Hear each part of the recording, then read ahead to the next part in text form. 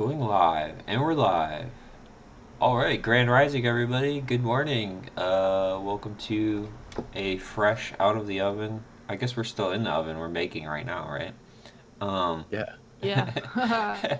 the fresh slice of delicious divination. I've got returning guests who I'm very excited to share time with. Nathan Navarit and Caitlin. Hello, everybody. Hi. Welcome back, guys. I, Appreciate it. We may have Barry. Not sure yet. We'll see. He said he might join. He's got a lot going on. So I got a new tag team to share some great information with you guys. And yeah, how you guys doing? Like, what's the vibe like in Minnesota, right? Oh, I'm feeling awake right now and alive, and my preference for conscious interaction is now being met. Nice.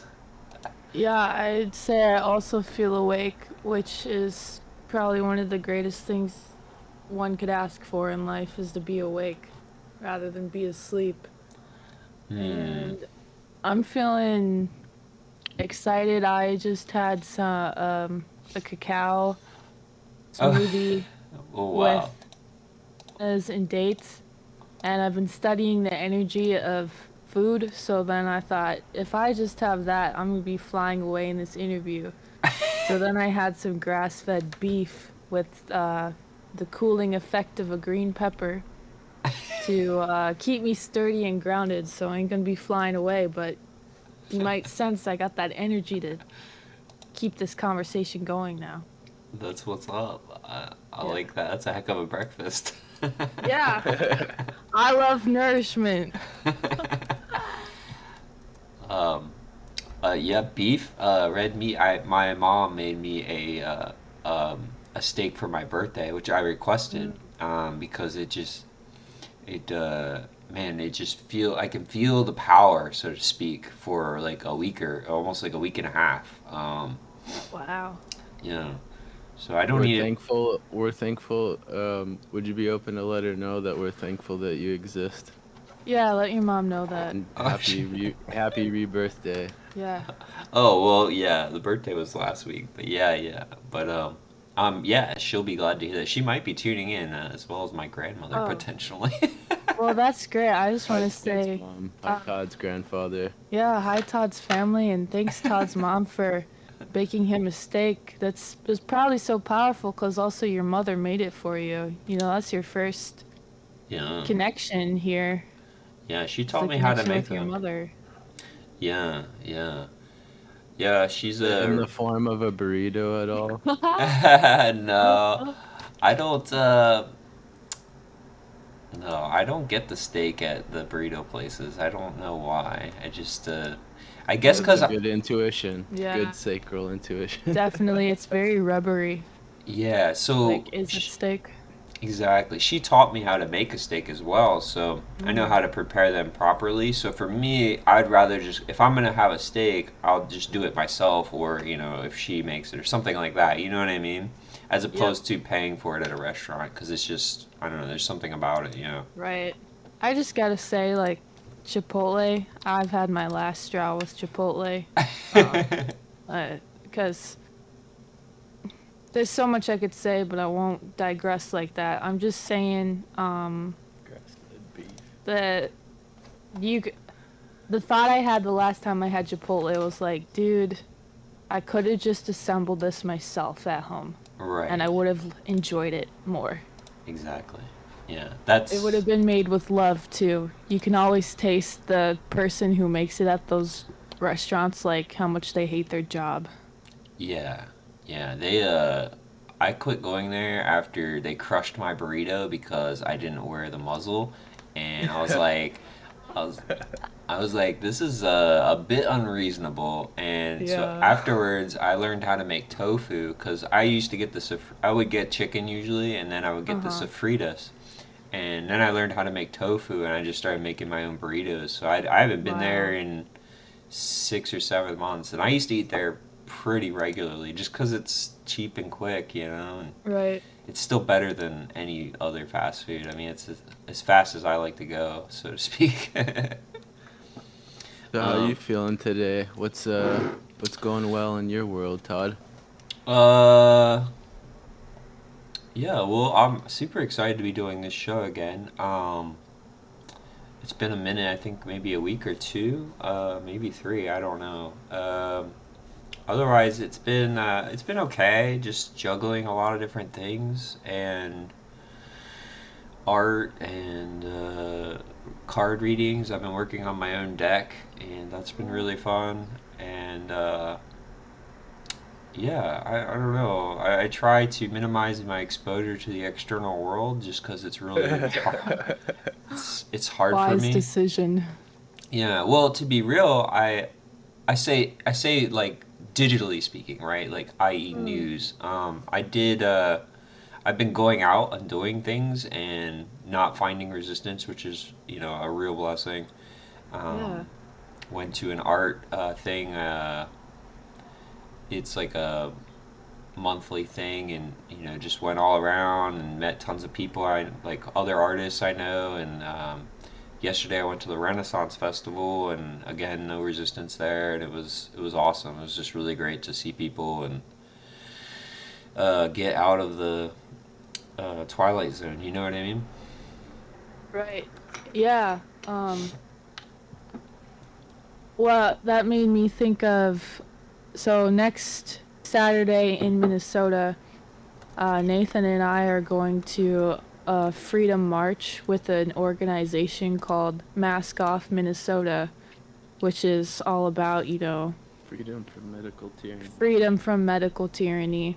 Hmm. Um, and so we're feeling excited to go to that march. It's just going to be a huge group of like-minded people. Uh, and we went to, actually, they had an event like last week of September. It was at the Minnesota Capitol.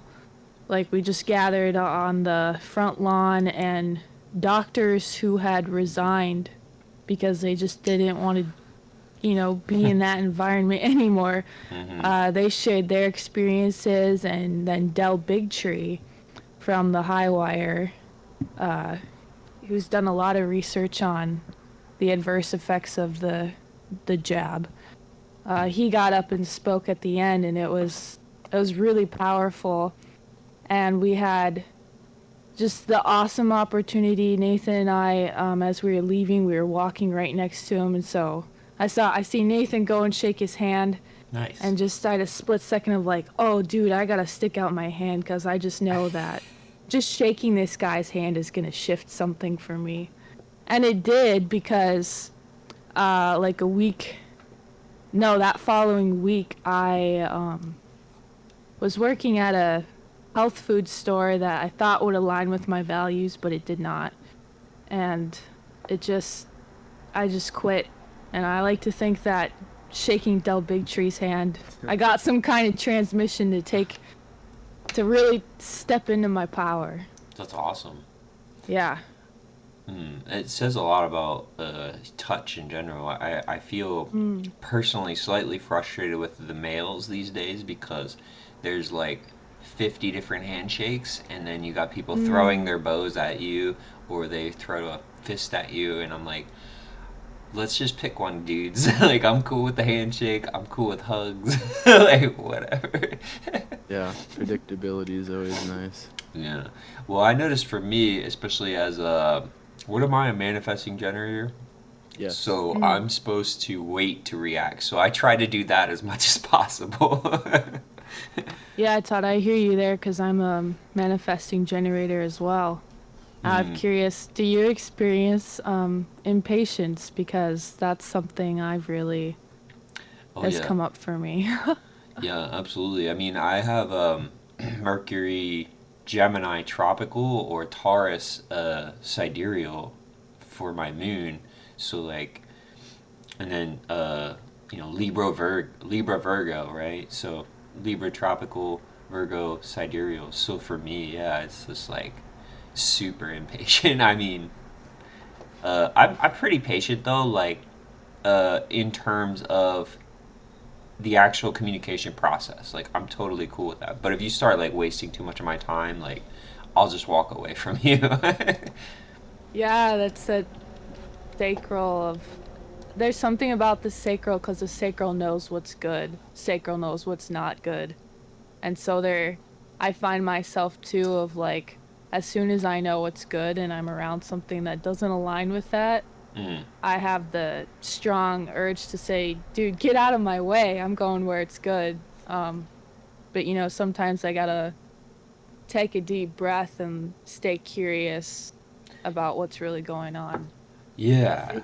for the people listening, just context, we're talking about a human design system, which is just the integration of previous systems that existed. And it looks at a body graph, and one of the factors is looking at what our unique design authority is. So there's internal and then there's external. So internal would be like sacral and splenic and emotional, and external is an authority that I have that's sounding board. So it's talking with different trusted advisors to get feedback, and also listening to what I'm saying with different configurations of people, because there's like a third design that kind of transcends both people and includes both of them when you interact with somebody. So that sacral authority is your enteric brain, basically your gut. And I'm always emphasizing this, that our brain health basically is mirroring, the gut health and vice versa.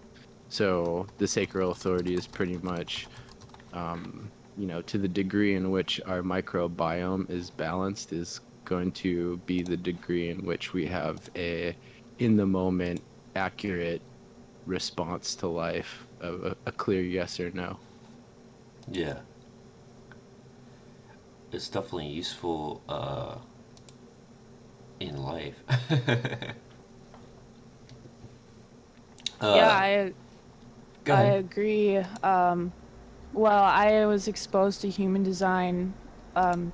I'd say exactly about a year ago. That's when I started talking to Nathan, and so I set the intention I wanted to learn more about astrology, and I just got like astrology times 10. Just lots of information, and he taught me about my human design, which then I learned about sacral authority for me. And it was definitely a challenge at first to start practicing that because I was making decisions with my mind for the first part of my life. Mm. But I'd say now every decision I make is just tuning in with that sacral response, and I can explain what that feels like for me. It's if it's a yes, I feel my stomach expand, Huh. and if it's a no, I feel it contract. So it's literally a bodily response. And it's really great too when I have conversations with people and somebody says something to me, because my body will either expand or contract. And it's really hard to ignore when it's somebody else saying something to me and my body just does its own thing. Right. Um, and I learned, I've just been experiencing so much more satisfaction in my life because I follow what my gut says versus my mind. My mind decisions always lead to frustration. And I want to Yeah. emphasize always because it's true. Yeah. Like for us, a sacral generator, manifesting generator with the sacral authority, I personally think, which I shouldn't think, when you follow your mind's stories, you're going to just end up frustrating yourself. Right. It So will. follow your body. Well, it's interesting. I think the best advice I can say on that, I get this from Flight Boss, which I resonated with instantly. And so your all of your chakras are decision makers. They're all brains. They all make decisions. So that's and each one of those controls a large portion of your body.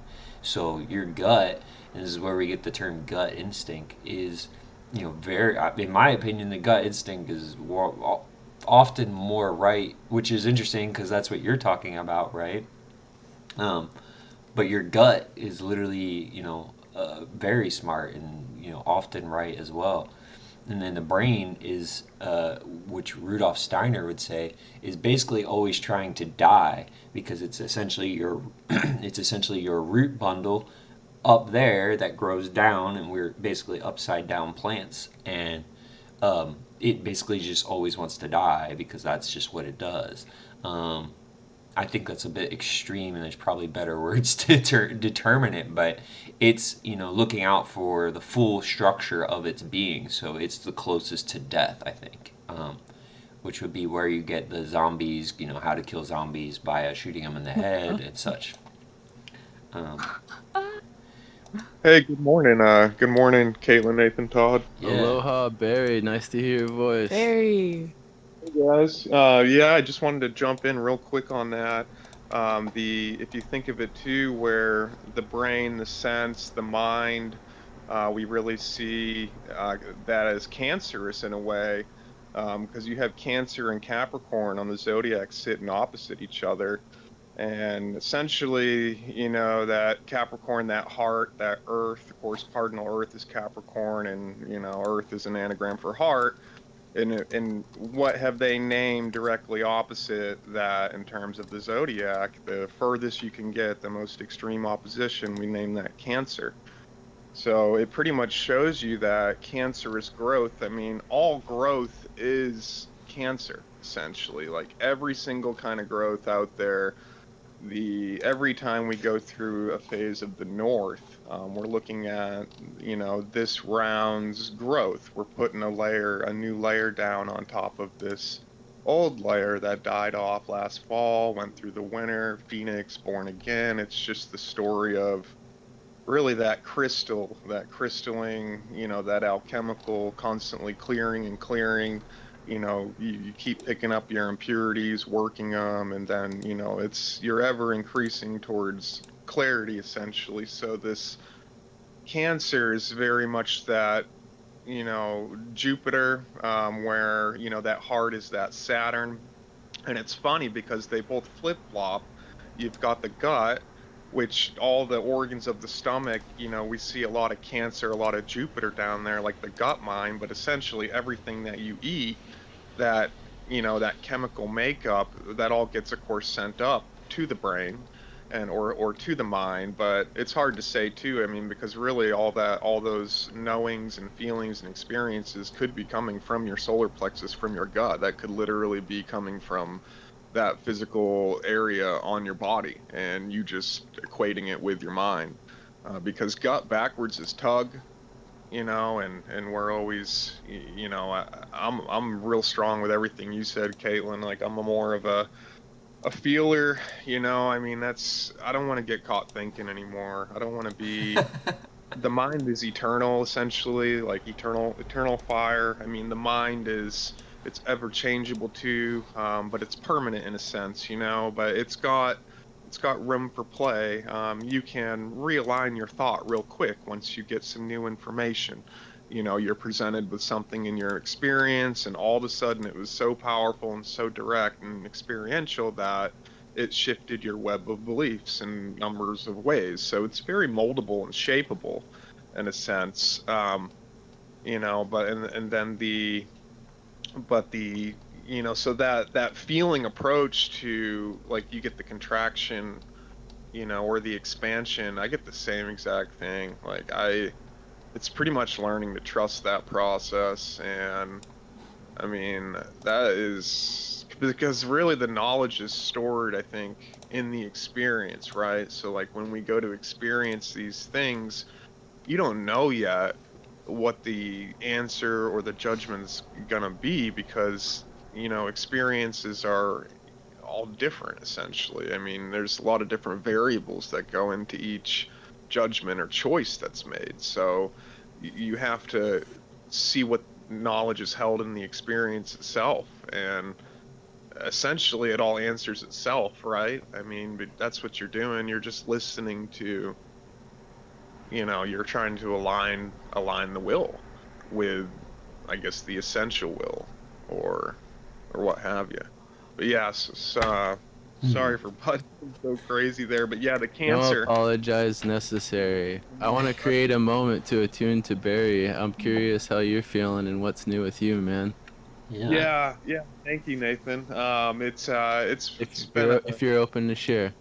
absolutely, yeah, no, absolutely. It's been a real roller coaster kind of 3 weeks for me and my family. I'm still going through just energetic stuff that's just got me kind of shaky, rocky, on edge. I'm really getting close to a lot of deadlines and things, at work, in terms of, the forced medical things that they deem necessary for employment. So really, there's a lot of stress kind of coming from there.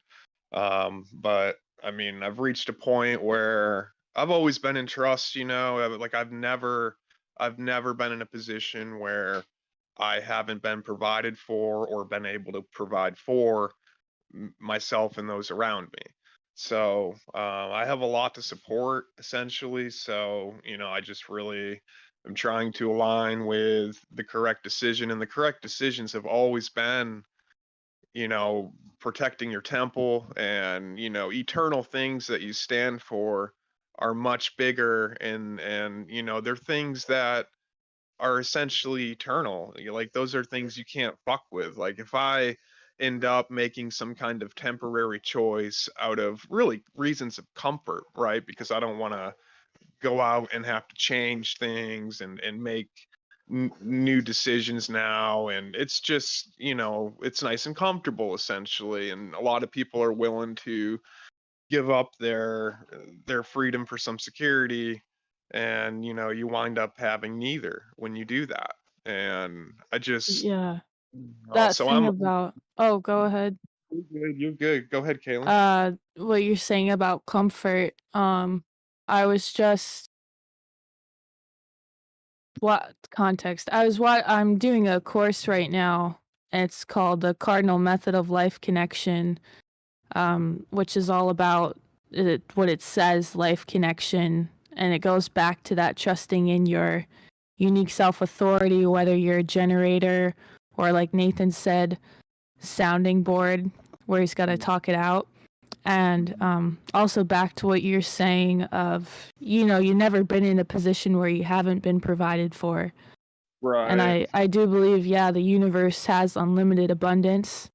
And I just Right. recently learned the lesson myself of like, as soon as I stop chasing this comfort and, oh, when's my next paycheck coming? When's my next meal coming? It's like it just comes to me so much easier. The flow of life is coming to me.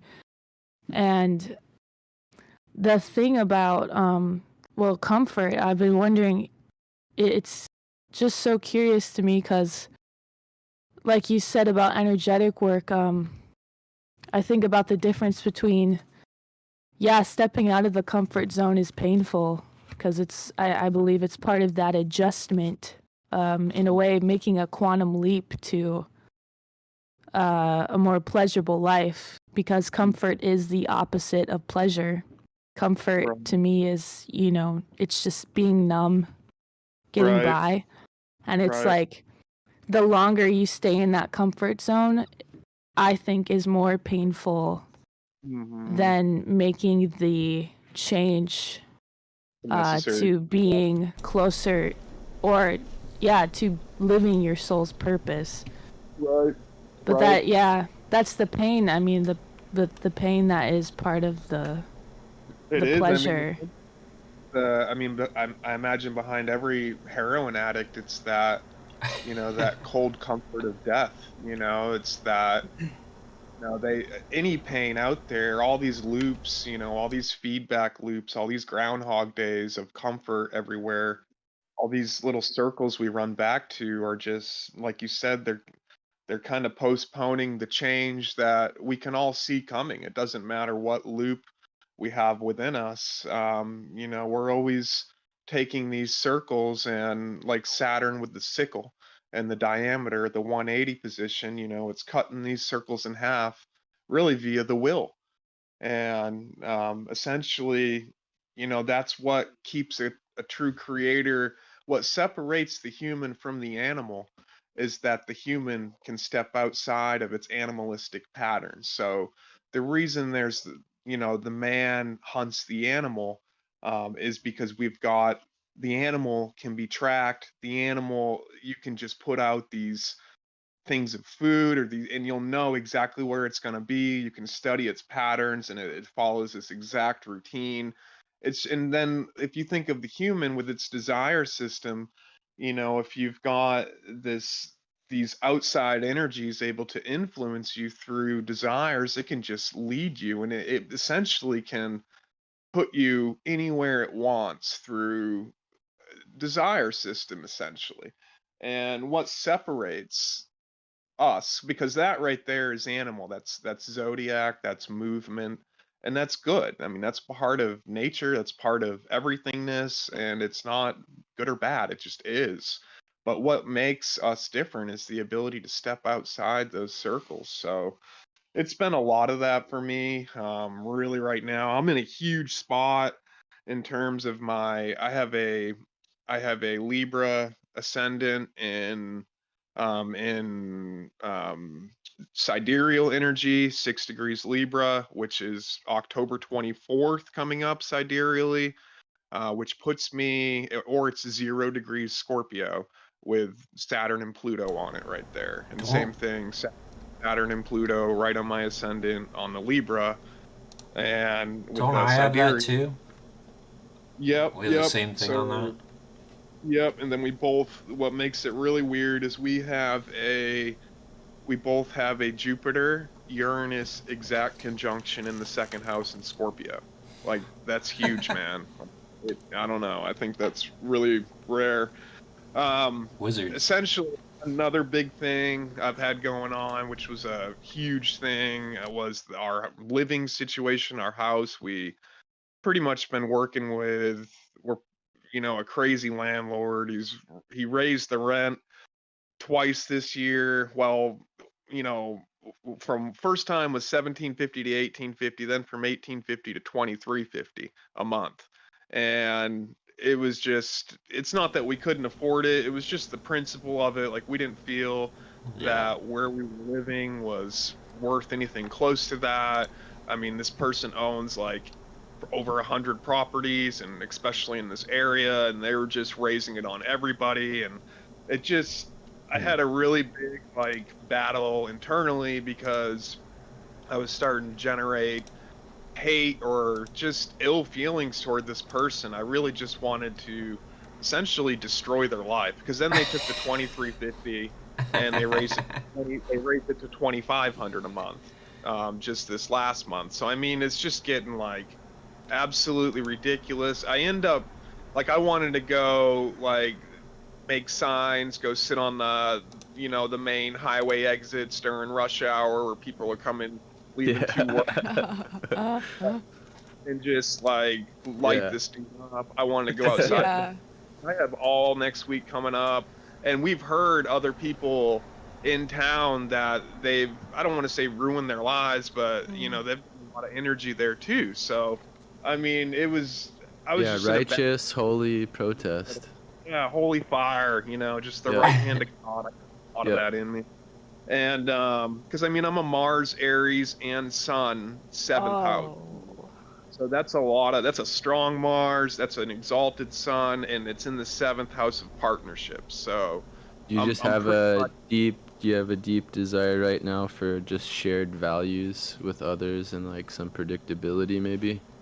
Yeah, absolutely. I do. Like, that's what's keeping me going, is that this whole thing is pushing people towards our continuity, our unity, our values. Like, just like you said, you're gonna meet a bunch of other people coming up this week, at the march, where they're gonna be like-minded. You're gonna meet people that have a similar set of values. So all this whole thing is doing is bringing us closer to, I think, where we're supposed to be, in terms of because I think we're in the mind, and we're in the mind as inner light energy, and we're trying to steer ourselves with the heart, because essentially the heart is what tells the brain what it ought to be doing, what it ought to be looking at, participating in, desiring. The heart is where I believe the soul resides in the body.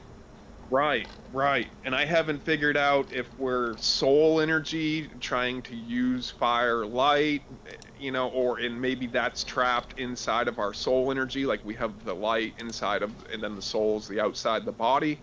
And essentially the body is just like sound, ether, gas, and densification. And essentially, I don't know where I was going with this, but yeah, so oh yeah, I was getting back to, I'm in my 12th house energetically. So I'm moving, and then once we hit October 24th, it's going to be my ascendant. So that's like my new seed germination. I'm getting right now, when you're in your 12th house energetically, Yeah.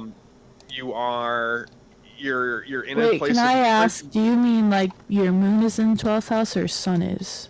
So like my annual year pattern. So like Oh, I if you got you.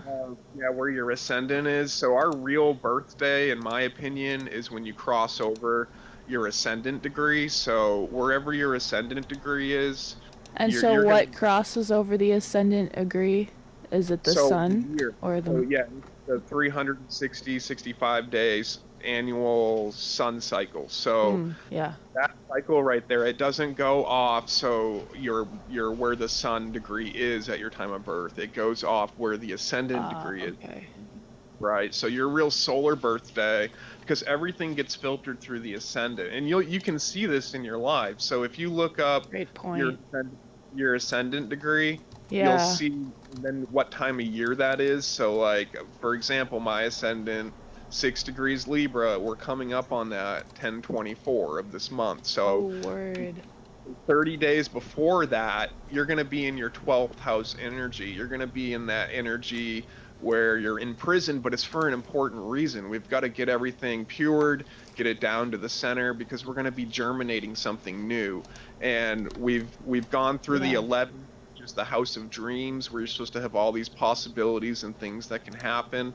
And then it all comes to fruition pretty much the 24th and beyond once you go into your new first house. And that's a big time for a new things appear in your life, because the first house is the house of appearances. It's where things pop out. When you were born, the ascendant degree shows where the umbilical cord got cut and you went into the air. Wow.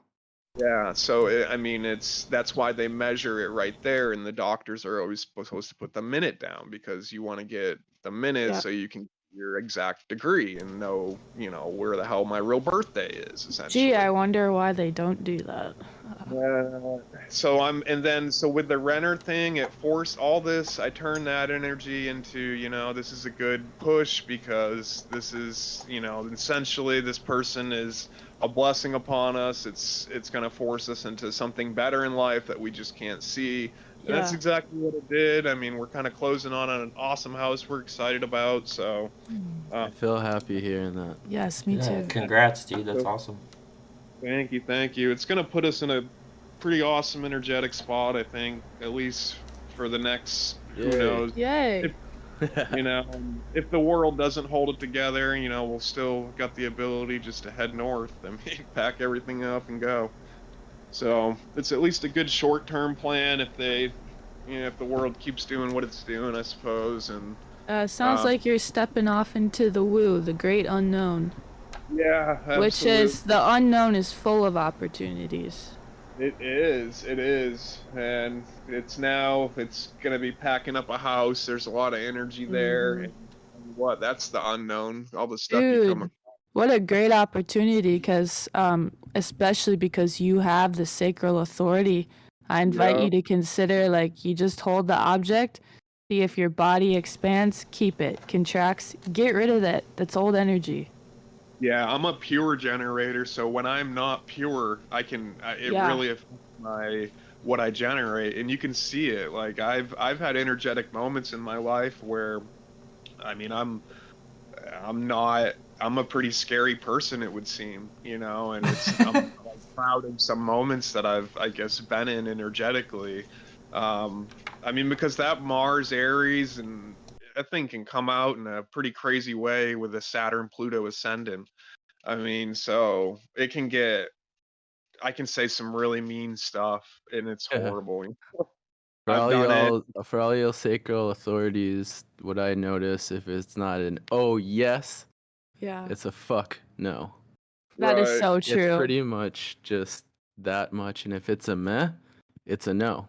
It's true. Right. Or like I was saying earlier, the microbiome is compromised, or there's a whole bunch of other factors, right? It's never just one thing, but Mhm. that indifference, usually from just facilitating sessions over a decade, is usually goes to the gut, the microbiome.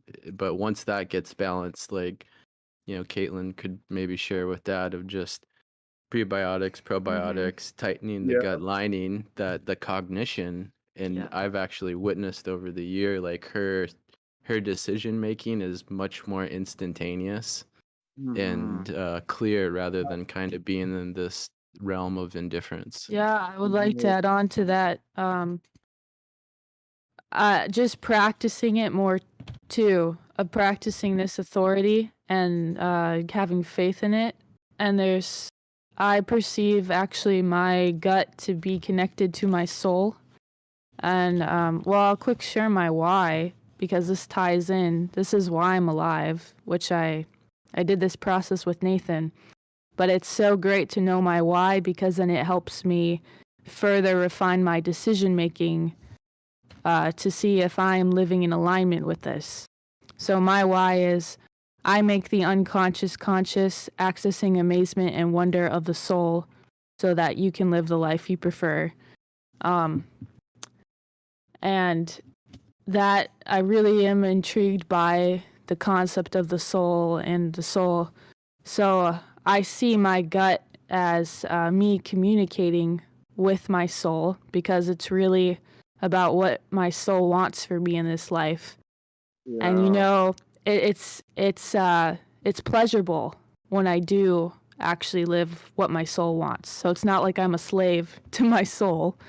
We're a team here. Right. It's all about like authentically following your enthusiasm. And I mean, it's a simple phrase, but that does not mean it's always easy. Yeah, because we can be, I mean, sacral beings are very good, I think, at making excuses essentially for Right. themselves to Like keep themselves in these loops, yeah, excuses. I have an open solar plexus center in my human design. And you can also just think about the chakras. Think of the solar plexus chakra. What I've learned is I've had to do stuff now to strengthen that, because I've very sensitive to my environment, and have taken on unconsciously the emotions of others. And so that has affected my decision making. You could say I was a bit of a people pleaser. I would go from job to job because I had this unconscious belief that I needed to win my parents' approval, and that the only way I could do that was if I was earning an income. Well, it wasn't aligning with, it just didn't make sense, because I have my why here. And from there, it's helping me refine like what my services are. But how can I have the energy to invest in being my unique self? My living my soul's purpose, when I am spending all this time and energy going to a job that I don't even like, that doesn't align with my values. So it was like, Amen. It was just, yeah. Well- So another thing I did to strengthen my solar plexus chakra was learning nonviolent communication. Marshall Rosenberg, he's the one who created it. He's got a free workshop on YouTube. But I joined a group that practices nonviolent communication. And I've been learning the significance and importance of surrounding yourself with people who have similar values as you. because you are absorbing the information in your environment. So that has just been a huge like help for me in claiming my power. And it's true that if it's unmentionable, it's unmanageable. So if, you know, you're not talking about it, but it's bothering you, well, you're not going to be able to address it. That's my little speech on that. That was beautiful. Hey, Awesome. can I share one thing that's kind of a part of that? Yes, So, please. first of all, Barry, my friend IRL, Michael Bush, I recently met this guy as well as his partner, Amanda. They sell botanicals, and he is studying herbology or herbs and as well as getting into these things. And I met him at a group of people that are meeting regularly to, you know, whatever you want to call it, freedom fighters, whatever. Sure. Basically informing people of. I went for the first time. He was also there. Then we ended up partnering at a festival or an event last weekend. But he says that Barry, you have a perfect stranger rooting for you. So in regards to your situation, Oh, awesome. and so he's super cool, super woke, real woke, and I also shared nonviolent communication with the entire group. It was about 20 people, and as well as Arigato. I feel joy hearing Yeah, that. thank you. yeah, definitely. Thank you, Nathan. Like you're the one that introduced me as well. You're So welcome. I always stress my favorite, but the most important thing that I think is a great starting point is the part where he talks about the Amstash language or the German. Amsprachen. There you go. Yeah, that's Amsprachen. So he's to give people context, he's referring to the World War II trials of Nazis, and they asked Adolf Eichmann, how is it that you're able to do what you did to these people? And he said, well, our language made it simple. Yep. And then he says Amsprachen, which translates to bureaucracy language, basically of, you know, have to, should, ought to, the whole kind of had no choice, victim consciousness, really. Well, it's basically a catch-22. So you can say if you're the person making the decisions, you can say, well, I didn't pull the trigger, and then if you're the order follower, you can say, I was just following orders. So nobody takes responsibility. And if you start understanding esoteric energies, that basically means that you're just building up tons of free flying energy that doesn't know where to go. And I can't imagine the karma of that. So I always Dude. I stress that as a starting point for sure with nonviolent Yeah, communication. dude, I was that I'm laughing because I was trying to work out some kind of stand-up set that I did. I had an open mic this summer, That's awesome. and it was like within 5 minutes, so people are already getting bad red pills thrown at them of like, what she's talking about souls. And so I was talking about, like, the premise of the stand-up bit was I was an elder in the spirit realm, so I'd give souls their end of life reviews. But I was like at the bottom of the hierarchy, so I was in the Nazi realm, and I was just giving reviews to all the Nazis. But I really liked humor, so I was just doing stand-up sets in the soul realm to these Nazis, and well, they hated it because they're like, oh my god, I just wasted my life being a jerk. And this person or this Right. entity will not stop joking around. That's how it is, though. You know. Yeah. I feel like with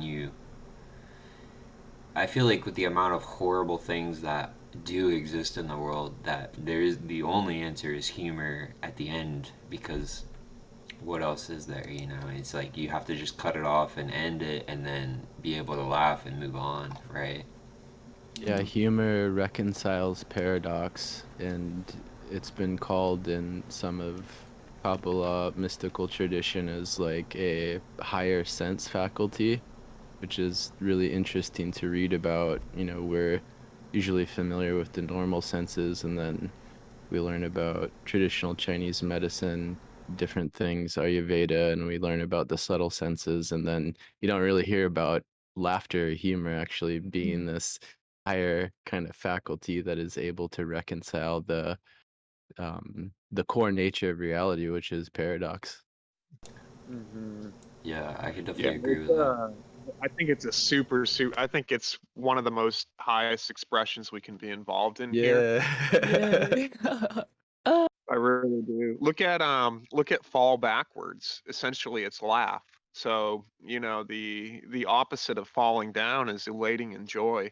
Yeah. And think of some of those moments too where you're in a bout of uncontrollable laughter, and like you literally are about to piss your pants if this person doesn't stop, or you a tickle attack as a kid where someone's just tickling you, like it's almost like torture. And I don't know. I mean, I've just some of those places that you can go um, with laughter is pretty neat. And then if you look at some of the most Marley, stop. If you come here, come here. No, we're not gonna go bark at the neighbor. If you look at See? Yeah, Marley knows what we're talking Exactly. about. if you look at some of the most, in my opinion, evolved romantic relationships about like how couples maintain ease and comfort and joy in each other, you see a lot of those relationships existing under light humor, like especially in the social settings when families are over. It's just real light humorous, instances. It just doesn't, you don't take things so seriously, right? Like that's what I'm learning not to take things so personally, like somebody directly did this at me, like. And Yeah. I'm going through a lot of energetic circles still where one of the problems of seeing a lot is not getting caught up in judging a lot as well. Like you don't want to use all that crystal clear vision just to fucking pick people apart.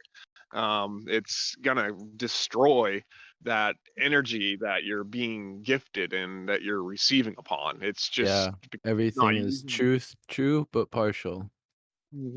Absolutely. So I'm Partial, really partial learning. truths in paradox. Right, because that humor state gives you that just takes that rough, sharp edge off, and Yeah. there's humor. You can keep things in like a serious humor too, like a questioning humor, like, well, why would we want, like Dry just humor. light, yeah, like light, not so much on Or the in the sarcastic. case of our Scorpios over here, dark Yeah. humor. We're like Yeah. just roast. Yeah, roasty. I mean there's Roast. kind of a little bit of a ceremony, a ritual, I'd say, of when I was doing my freaking not self jobs that I couldn't stand. I'd come home and Nathan would sit down and he's like, "All right, what'd you say to these people today to shock them?" Yeah, yeah, exactly. Because I was working at like never mind. I don't want to. That's the past. I don't work You're at not self jobs anymore. But Yeah, Scorpio rituals. right. That's it. Think Scorpios of the have to be kitchen. careful too, because you don't want to sting people too hard or Yeah, go yeah. too deep with the humor. Too, you know what I Well, mean? it's hilarious because I've got my son is in Cancer, cusp of Cancer, Leos, and in human design, my sun is in gate 27, which is the gate of caring. So I have this like really interesting paradox of do I care too much? And then I've got my moon in Scorpio that will just say it like it is. Where my moon You is. could say I'm like a pure roasting mirror. I don't necessarily I never say like, oh, that person's so stupid. I'll just say what they did, and if they Right. choose to take offense to it, then they take offense to it. You And always have sense of understanding, right? It's like you're not going to cast judgment behind it because, look, I can see under these conditions why somebody might make that choice. That might not make it right or wrong, but like, let's just look at what was done. you know, Yeah. with, Uh, yeah, I'm with you. yeah, I will do a quick I gotta put it in the chat here, but if anyone is interested, they want to hear some of my Moon and Scorpio roast the places I've worked. I've been making some BitChute videos. Awesome. Because I was working at a health food store, so my mind told me a story, and again, this is where mind comes in, making decisions. Of I start working there, and it's like just dysfunctional, did not meet my core value for harmony, and then honestly, it didn't meet my preference, my core value of nourishment. So it's like I'm not gonna work here anymore, and then I just made a video where I just talk about what I notice, and that's where you can kind of get that. There, the link is in the channel now, but you can get a taste of like that Moon in Scorpio. It's never saying like I don't think of it as degrading. It's just saying the hard truth. It's a red pill. Right, and it's because you see it, like, and a lot of the time, like, you have a nice direct way, like, a lot of the times people won't look at it, and if you look at the American Southwest, like the Kachinas, a lot of the times the shamans were the Kachinas, really the seers would see that, hey, look, an adult in the community, did this horrible act essentially, or this thing that is not approved of in a sharing culture. And the Kachinas would, of course, dress up and they would either dance around them, do skits. They would make it known that this person had done something, and they would do this until the person recognized it. And, so the unspoken elephant in the room got called out quickly in an act of humor through through the Kachina. And the Kachina was considered the most powerful deity or god that there was in that society, essentially. I mean, outside of whatever the causation principles were. That humor kept it kind of like it is a cosmic joke. Essentially, why one of the questions in philosophy is, if God exists, why does God let the little deer die in the forest fire? If God could just swoop in and save it real quick, this all powerful God, why would God allow suffering? And of course, the answer there, only one that I can come up with, is that we're in a perspective here to us that it looks like something is suffering, but eternally, cosmically, in the sense of what's actually really real, there is nothing suffering. This is all just a figment of mind. There's nothing inherently Dang. I thought it you was know, because God liked watching small deer die. Yeah. Oh, okay. like God doesn't intervene because there's an actual act of suffering. It's just a figment of the imagination, an illusion or Maya, and it's a reflection. I think God likes seeing baby deer die. Oh my God.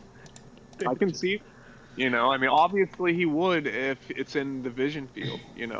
I worked in wild. I've come across a lot of carcasses after a fire swept through. So, yeah, I mean, it's a real thing. So, but at the same time, I mean, I think we put that at a real low level thinking, consciousness, understanding, and we're looking at things like that. Most definitely. I was on faulty birth control my senior year of college, like the stuff you put in your arm. It's like I'm going against nature. My body does not want me to like cycles, right? Like it can fuck up so many things, Barry. So many things. And unfortunately, that is just what's told to women who, they go to the doctor, they're like, my periods are really painful, I don't know what to do. And it's like they only present you with one option of, let's put you on birth control. They could tell you to smoke a big smoke, or depending on your doctor, they'll say smoke a big joint, but nobody ever just talks to you about like, hey, just so you're aware, being a woman, you have a very unique menstrual cycle. It's unlike any other woman's menstrual cycle. So here's a list of strategies and support for you to find out what works for you. No doctor says that to you. No. Right. There's no money in there. The one size fits all mentality. Yeah. Which is impossible. Yeah. So back to my senior year of college, I'm like, dealing with all this BS pressure of like, I gotta find out what I'm gonna do after I graduate. I also have to pass my classes. I also have been bleeding for 8 months. Oh And my God. I remember like walking back to my apartment with a classmate, and I just looked up at the sky and I yelled, God is jerking off to my pain and he loves it. Oh my God. This is you also have to keep in mind that this is a pretty there's a pretty high Christian population at this school. Yeah. But in hindsight, it's like God was not jerking off to my pain. I was taking the easy way out. And of course, I have compassion for myself of it's not like somebody told me. Unfortunately or fortunately, I had to learn this myself. And because of that, one of my services is to up level the integral factors for a women's cycle, because it really is it's more than physical health, it's a spiritual journey as well. And astrology can affect it. What's going on with the transit can affect it. Your environment can affect it, so it's not like it's not like anyone could just say this is the end all be all, the quick fix for your menstrual cycle. It's really what's going to be is I'm going to have to create a book with just like all the potential factors to take into account, and then it comes down to that woman would need to follow her unique self-authority. It always comes back to your intuition, your unique self-authority. You should never to have somebody else tell you what to do with your health without checking in with yourself. Your own authority is a big mistake that I have learned too many times. Or I'll say I've learned it enough. Let's go with that. I've learned it enough times to now know that I'm not gonna do that again. And it's great because I can now share this message with other people, specifically women. Do we see this realm being mostly sacral beings as kind of like there's an attack on sacral beings, and I essentially it's a home for all, but projectors we have in terms of rare, like I'm with a projector partner, and projectors are definitely different than generators. I mean, yeah, 100%. Nathan is a projector, and I have to say the first couple months of the relationship was an adjustment for me of realizing what it's like to be with a projector, because what it's like is like living with a video camera on you all the time. Oh wow, that would drive me nuts. It's a giant flashlight. I mean, it's illuminating your shadows, they look at everything. They really do. Which is hilarious because I'm all like, oh yeah, as the MG, the manifesting generator, wanting to like just zoom through life. I'm like, illuminate my shadows. Like I'd say prayers of like sending out the intention, like I want to just purify myself. And shortly after I meet Nathan. Nice. So I manifested this. And it's just a huge lesson of learning. I think that I'm angry at him right now, but really I'm angry at this shadow I'm experiencing. I'm yelling at a mirror. I'm talking to a mirror. That's how mine is too. Like, and I look at Amy, she's a me. And then her name is Maya too, arranged. So literally, and it's in a, if I'm in a good state, she's in a good state. Like she resonates off of what I'm generating. Like it supports her in a big way. And I get affected by the projections coming back of my shadows, like you're saying. Like she's essentially showing me my shadow. And I love that because it balances me constantly. The things that I either deem not important or I'm just gas pedaling past, she helps me to stay on the things that are truly important, and it's it's nice. I would have a tough time. I think I've been with other generators, I know, just from what generators are, and I love the balance, the generator projector mix. It's a good support system. She brings things to the table, like for instance, is in keeping a house clean. Like she actually will clean things and make them clean, and put beauty. Like she'll be able to arrange things in an aesthetically appealing way, or pick the right color scheme, or just puts the beauty behind it, where I'm the one who just gets rid of the big pile of shit, organizes it real quick, gets it to where it needs to go, but none of it, is essentially clean. It's just put Yeah. away. That's Yeah. we've got, so it's a good team, and definitely with the heart and the mind. Because I see like a generator projector as a good, like a generation and then a reflection of the generation. And if you think about that which is getting generated by the generator, it sees itself in that reflection. So it's very important to use. It's a real blessing to have there with you something that's showing you what you're generating. Essentially, it's a good, awesome thing to have there. I don't know, where if two things were generating, it could create a neat field. I'm sure it works, but I have to say, as you say that, like, I have a friend who is a generator, Sagittarius sun sign. My sun sign, like I said, Cancer Leo cusp. So you get that Sag and that Leo generator energy together. That's how you end up like at some old guy's house taking the photo of the old guy and your friend because they're now dating, oh and the wow, old guy is like, I'll pay you $25, and the Leo is being brought out in me like, entrepreneur. Oh my god, yeah, I'm a photographer, I'm gonna go over here. oh my god. So that's like that's very extreme, and I want to give a disclaimer. This happened years ago, so Okay. not recently, but like, I don't Yeah. know, that just came up for me as you're talking about, sometimes the generator energy can be too much if there's not direction, especially with that Sagittarius Leo, like, that's just fire. So it's like there's not a whole lot of balance there There's nothing to that's going to do. It's just all gas yeah. pedal.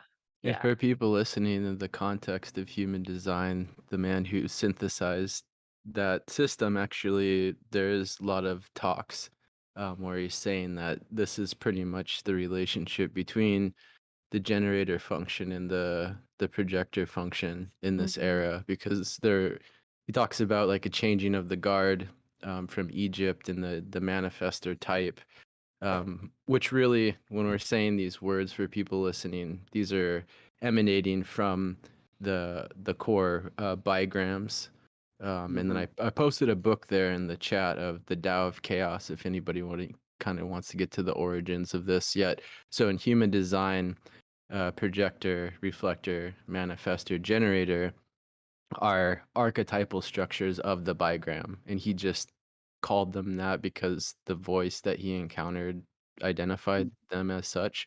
So just to give context to people listening, in saying that, yeah, it's really supportive if someone has if you have a sacral authority in your human design, to ask one question at a time, Mm-hmm. because generators will get overwhelmed with if it's an open-ended question, Mm-hmm. and if it's not a yes or no question. And so I'm conscious, and my intention and attention is to ask Caitlin, one question at a time. Ooh, that's And nice.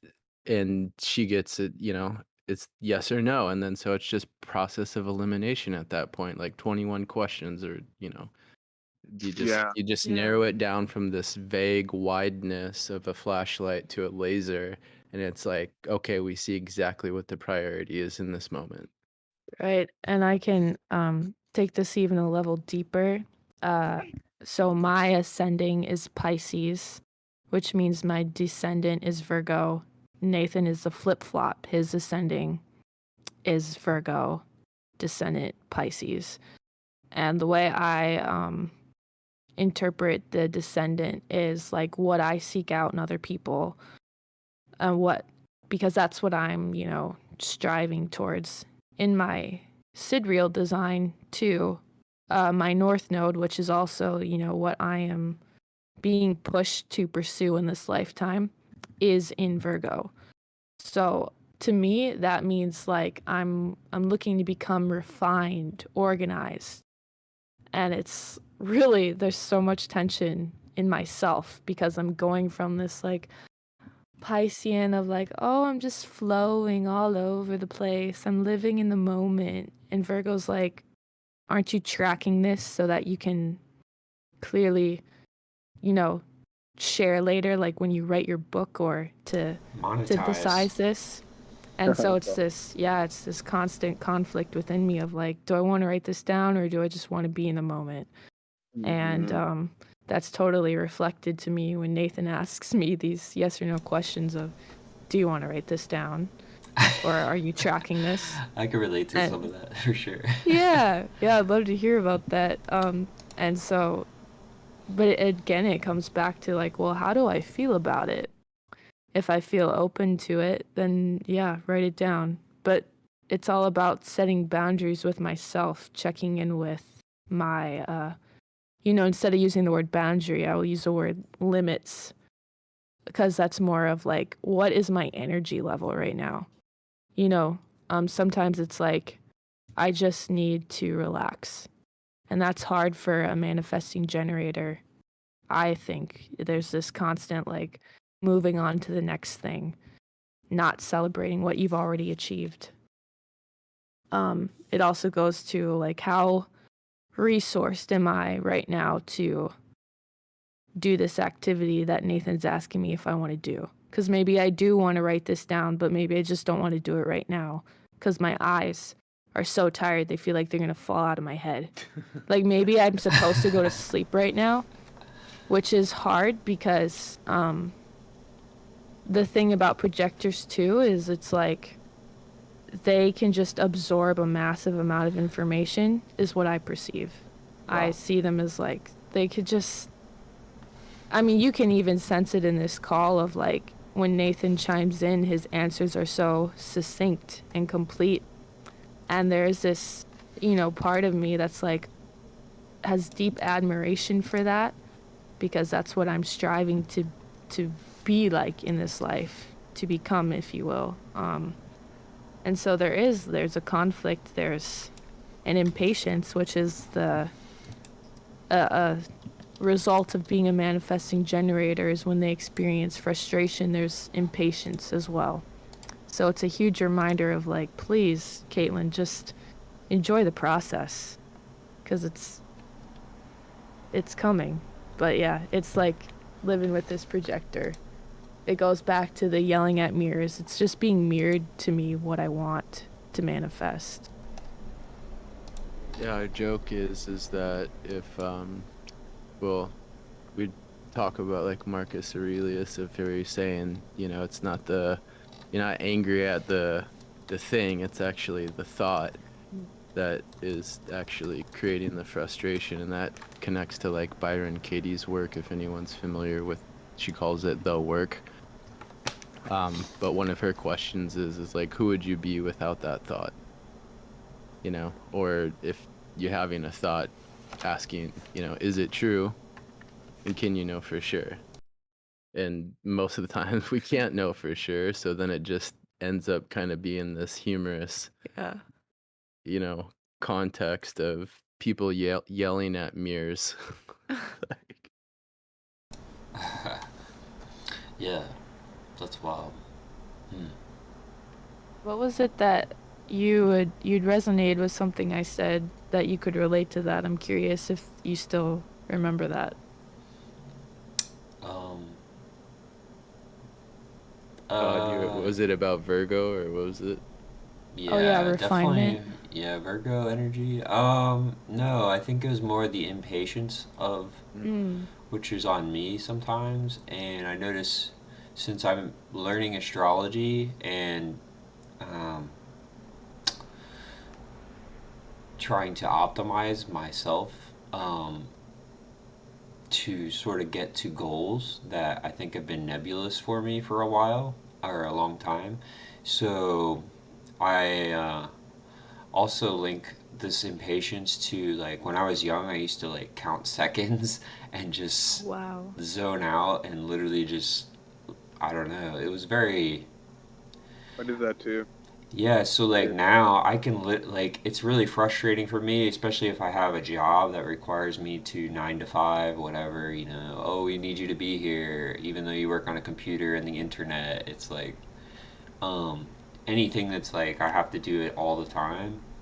Um, really, really repetitively, it's really hard. So then I get, because I end up basically understanding the time so, uh, I don't know, deeply that, and I'm not doing what I want to do, like you were talking about, um, Mm. a job or a work or something that, like, doesn't just make your soul just like, want to just disappear because it's just so boring.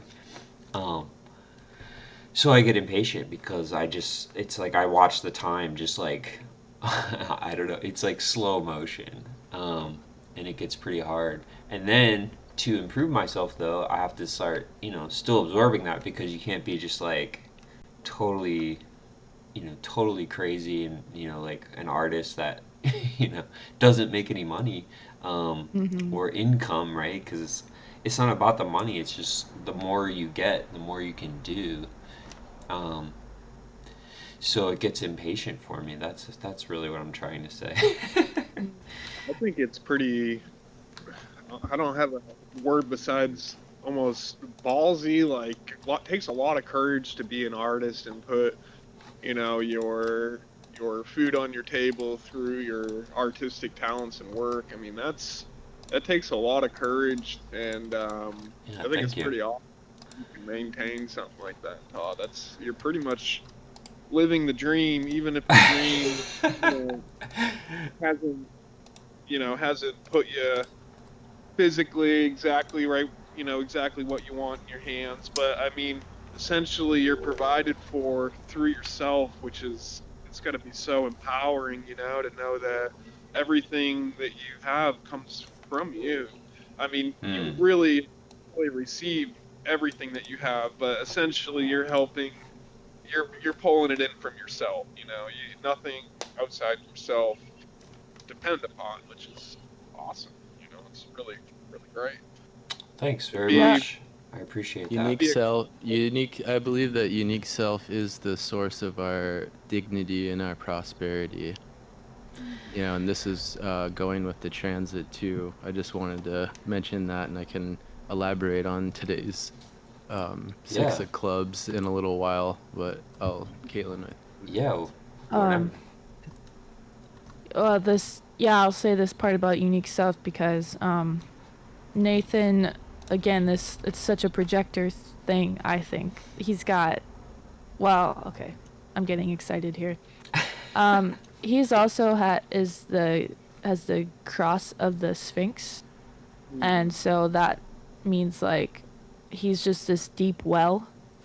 Um, mm-hmm. go up to the well, ask, and you'll get it. You'll get the answer, and so that's a gift. Being with him, and he has the access to the unique self course taught by Mark Goffney. Um, and so that is what I have been taking. It's just an audio course, but there's exercises that go with it to integrate it.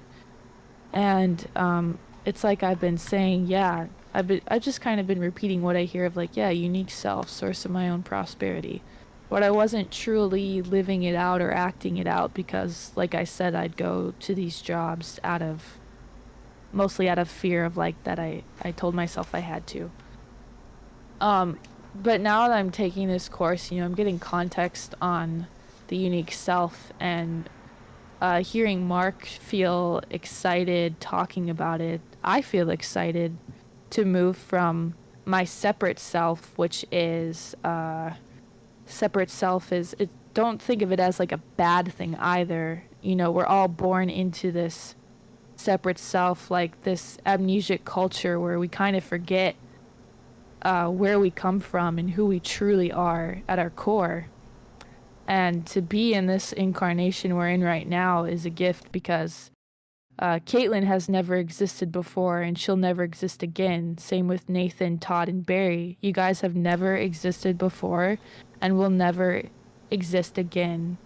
So there's now, and God or the universe, however you prefer to see reality, is being uniquely expressed through you, which is why we need you. We all need you because no one's going to be able to talk the way that you talk and make the points that you make. Tell the jokes that you're going to tell. Yeah, and tell the jokes that you're going to tell. Like, I'm definitely here to share humor.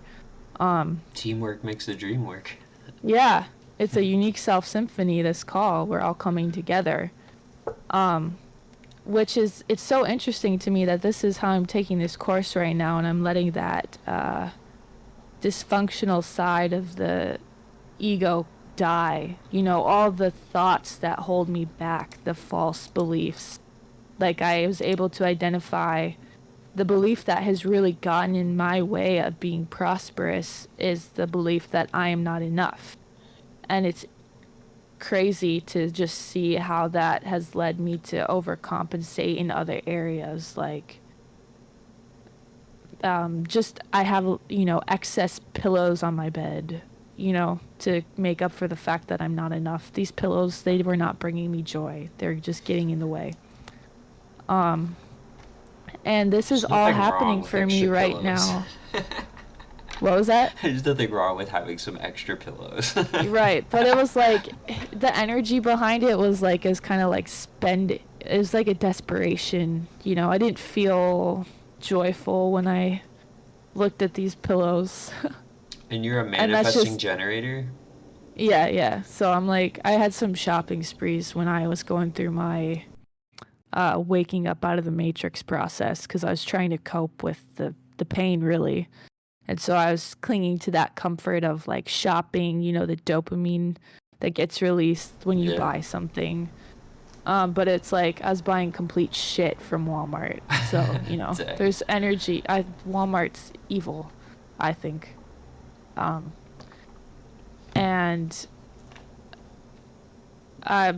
what I was trying to say is I'm doing all this during right now the new moon we just had is in my 8th house, so it's triggering my Scorpio moon in the 8th house energy, which my guiding goddess is Kali, you know, the Hindu goddess who cuts off heads. You know, she's the ego slayer.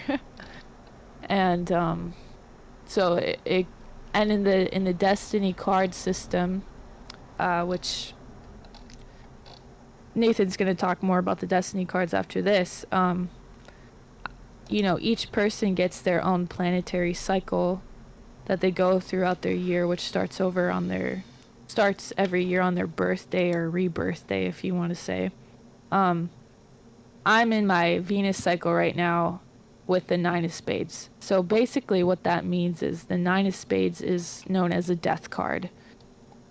So there's a death happening in this 52-day cycle I'm in. No one I know has died, but parts of me that were not serving me have definitely died. Right. So it's just my separate self is kind of dying so that I can further step into my unique self, living my soul's purpose, which brings more pleasure. But of course, as I go through this metamorphosis mutation phase, there is some pain because there's mourning. It's mature mourning. I'm getting to the root cause of my issues. Like it's no longer surface level. It's like my whole life up to this point, I've been aware slightly of the things that cause me pain, and the thing is I'd go to the doctor or go to my mom or people that would just kind of go to the surface level. Well, it's like now that I'm taking responsibility for my own emotional wake, I'm able to now see the root causes of these problems and truly pull out the weed. And it's painful, but it's also wonderful. Yeah, that's really cool sounding. Yeah, That thank you. totally goes along with the Ring of Illusion. I feel like. Ah, Was it 32 and 28? You guys would have to explain this a little more, but um, yeah, it literally says this binary genetic codon group is based on the illusion of death. It is it is coded to guide humanity through the veils of primal fear, fear of death itself, and the fears of dying unfulfilled. I can relate to some of this for sure. Yeah, and we can even see it going on collectively, right? Mm-hmm. The fear of death and the global, or Change, yeah, transition. right. The psyops that's going on and how it has triggered even a lot of friends who are in like healthcare, or they might work at a university, for example, and there's like the illusion of fear that they're gonna lose something. And what they are actually most likely seeing is that they have given a majority of their life energy to a structure whose core values never actually aligned with why they exist or what their unique self is. Right. So it's like this big wake up call, Barry, like you were communicating earlier, that Yeah. it's a refinement process. And Mm-hmm. so it's like there's the shock, and it's like, oh wow, how could they be doing this right now? And it's like, nope, Yeah. they weren't doing it right now. This has always been out of alignment, and you're now just seeing what it actually is, because we really don't know people until they're put into distressful situations and seeing how they either respond, how they react, how they have the capacity to receive something new, or how they have the ability to release something old. Yep, it's a transmuting power. That heat pressure, that's how you make metal, and like you're turning lead to gold here, So you want to stand true, eternal, you want to be, I mean, you don't want to, like I said, you don't want to trade the eternal things. You don't want to shift and move the eternal things around that you stand for some temporary comfort, which is what it is. I mean, I have a federal job, so I've had a federal job the last 20 years about now, and yeah, I'm okay. Like I said, I've always been provided for, and when you start, I was thinking this, like, why, out of all the times I've always had creative, like, and I keep the angels and the demons working overtime. Those things are constantly balancing me in the center and keeping me where I need to be on the path I'm supposed to be on. And it's pretty much a state, like, why now would all of a sudden, when I'm personally getting stronger for the creator and making a stand for that, why would it leave my side now? You know what I'm saying? So like, it doesn't, of course it wouldn't happen. It would just get stronger itself. So I really, see it all as a blessing in disguise. I mean, it's some pressure, some pain, a little bit of forcing to make that gold, essentially. And The real gold. if we look to the spiral dynamic system, we can see that, depending on our life conditions, in what stage of development or worldview or paradigm we're putting our intention or our attention on, when we get to second tier, which is basically the movement out of first tier in the spiral, The first tier of this spiral, basically any one of those levels, the whole spiral oscillates from like me to we. So it's like it's me oriented and it's we oriented, and then it goes to a higher, level of inclusion and embrace and intimacy and power. And so when we get to second tier, we're basically looking at like a tighter, more inner circle. like moving. So for example, like yellow would be, it's recognizing the risk of chaotic collapse. But then, so each level will have a belief system. And the belief system basically unconsciously says, then quote, sensible people will XYZ. So for yellow in second tier of this paradigm in the spiral dynamics model is saying, that then quote, sensible people will learn how to be free and also principled. Right, and that's in yellow is a I orientation, and then it oscillates to the we, to the next stage, which is turquoise in spiral dynamics, and then that's a single living entity, and so then the belief system kind of consciously or unconsciously says, then quote, sensible people will see the order beneath the earth's apparent chaos. That's awesome. That's the we, the body of knowledge, the new mass consciousness that gets formed off the me's that are forming right now. Yeah, and that if you guys are open to, I can talk about today's current card. What's that?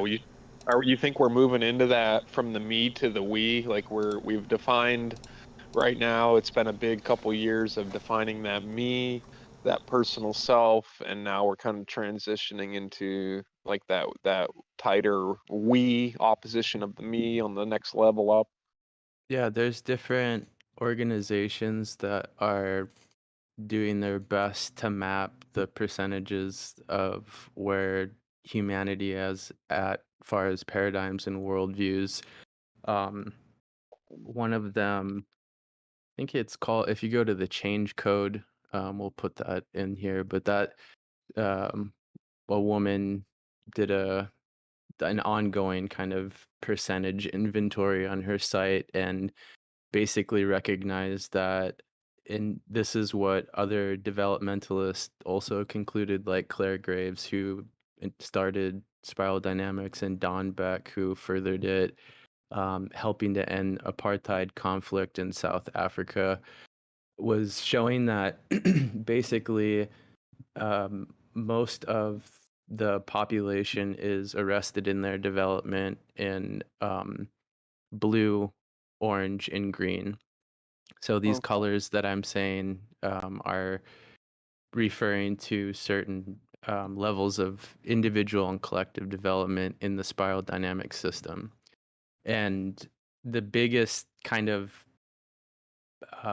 bottleneck, I guess you could say, that we're at right now is with green, which is postmodernism that's moving into integral. And Caitlin and I have kind of talked about this, and it's definitely a video or a blog I want to write about, of just psychiatry, psychotherapy, being I would say, gatekeeper for people moving into unique self, because it's that external authority that everybody thinks, well, you should just go to a therapist or whatever. And interestingly enough, and the Matrix 4 is coming out soon, which I'm really stoked about. And even in the opening trailer, Thomas Anderson's like, "Am I going crazy?"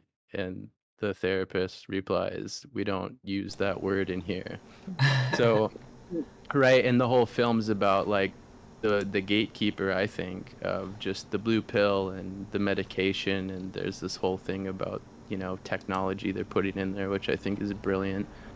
So that even young, even students of Jung, James Hillman, who wrote the Soul's Code, and we've had 100 years of psychotherapy, and the world's getting worse. That's another that's another book that he wrote. That's really awesome that I can share.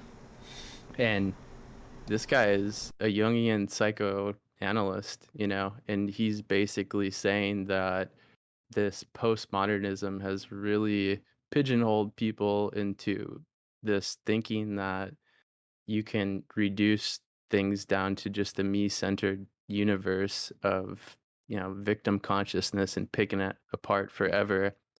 And, the Center for Integral Wisdom and Ken Wilber also come to this truth too, that, things like AA or psychotherapy actually only go so far. And it's like a pink elephant that no one wants to talk about with AA, because the recovery rates are not really that They're not. great, and no one calls them out on it. And Your so surface level. and Yep. so and so that's, all this top heavy emphasis on recovery.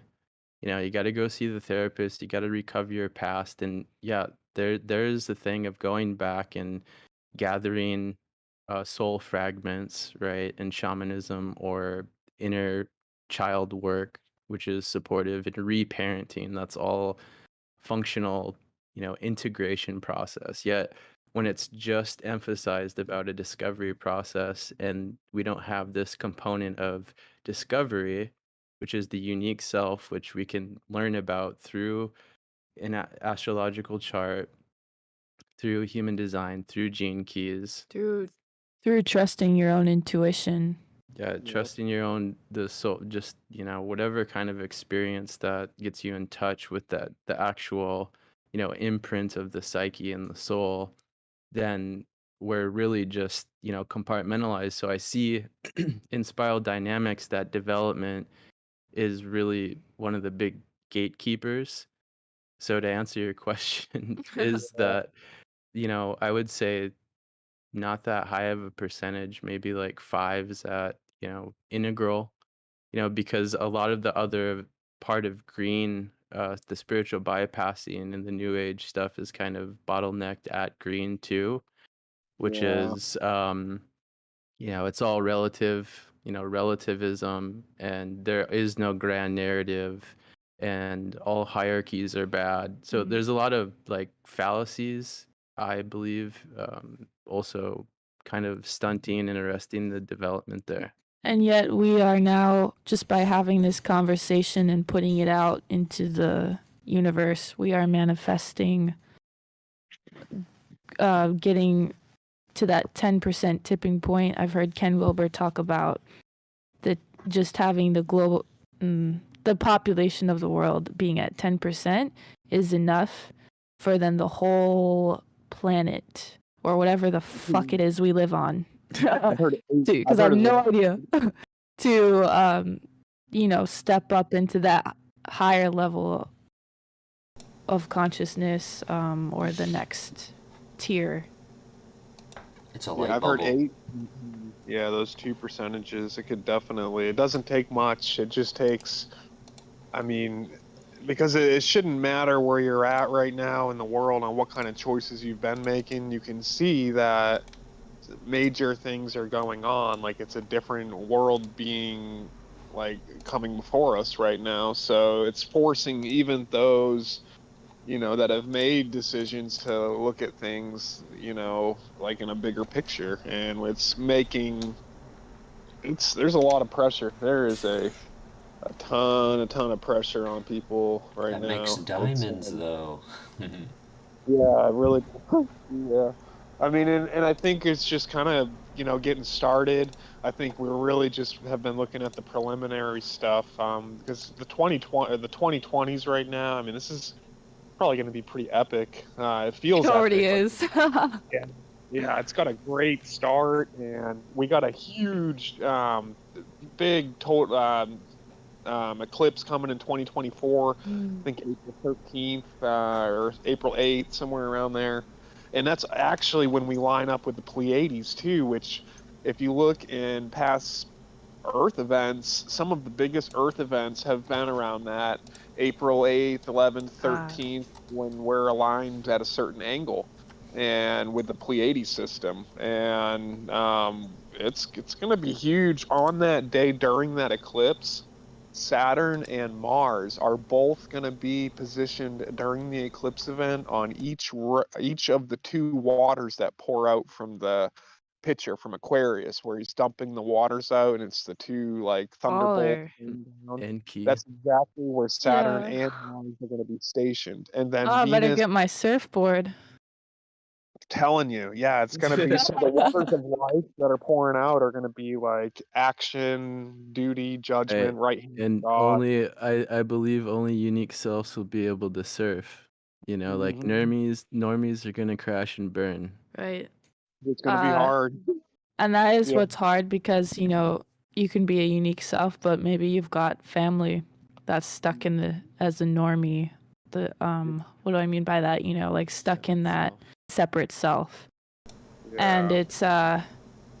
it's challenging because there is such a thing as unconscious family loyalty, which is like you could say, the inner child of your psyche. And I'm saying this example because I've lived this example myself.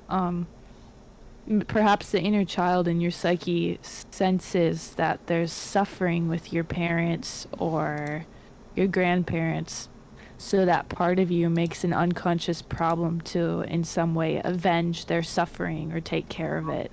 So Awesome. instead of like making decisions that are truly in alignment with your soul's unique purpose, you end up making some self-sabotaging or sacrificial decisions for the good of your family. But what that actually does is it then inverts the flow because it's a natural hierarchy. Your parents are bigger than you, and your grandparents bigger than your parents, and it just goes back.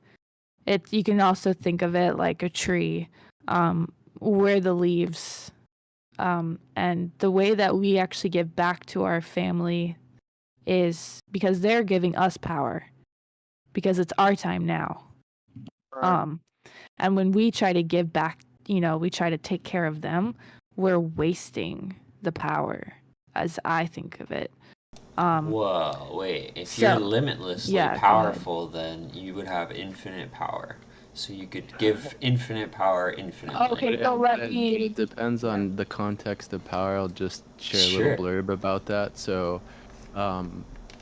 we're stuck with that first tier in spiral dynamics, a lot of us, the first tier really doesn't have any narrative of power, and the only narrative power that they have is like a reactive one of either power under or power over, right? So this power with others or the power for something greater, which I sense might be something in alignment what you're talking about, Todd, of like the infinite. So power for the infinite, for example, that most people, and depending on what their design is too, like hexagram 27 or gene keys 27, that shadow is about oscillating back and forth of power under, power over, power over, power under, right? I'm either it's the domination submissive conditioning that is kind of like feeding in the background hum. So just a little blurb about that.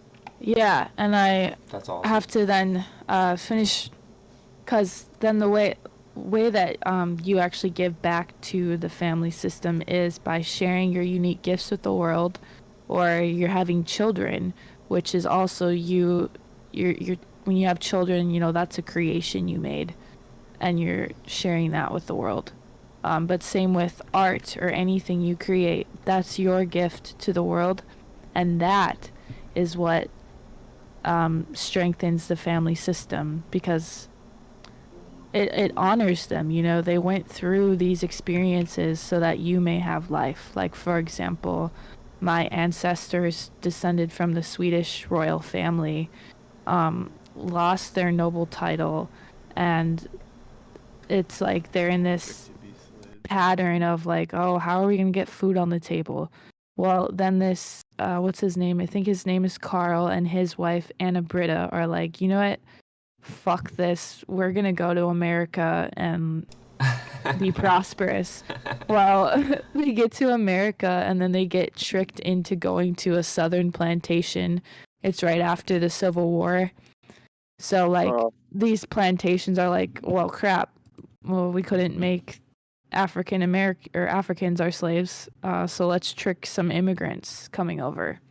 Right. And they get tricked into being on this plantation, and then, well, turns out the immigrants aren't good slave material either. You know, there's this pattern. Humans don't make good slave material. It's just a matter of time before we all realize that. There's a And great so- episode. There's a great Black Dynamite. It's an animation they made for Adult Swim like 10 years ago. There's an episode about that. It's really Really? funny. Yeah, definitely Dude. check it out. Yeah, what's it called again? Can you post it? Yeah, and the I'll try to find it. It was an animation called Black Dynamite.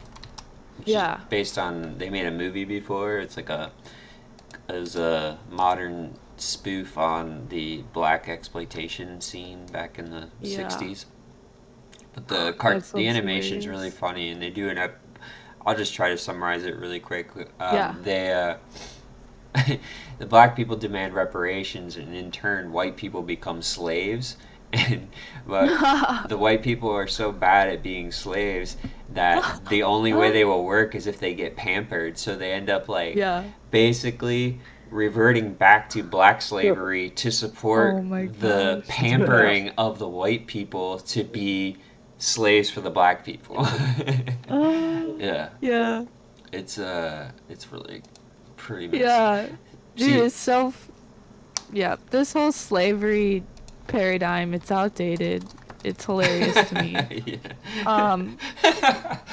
But yeah, so that's what I'm saying though. It's like I see it then of like, well, this is a book that was written about my ancestors' experience, and synchronicity, like it showed up at my house. My dad's like, dude, check out this book. It's about your ancestors.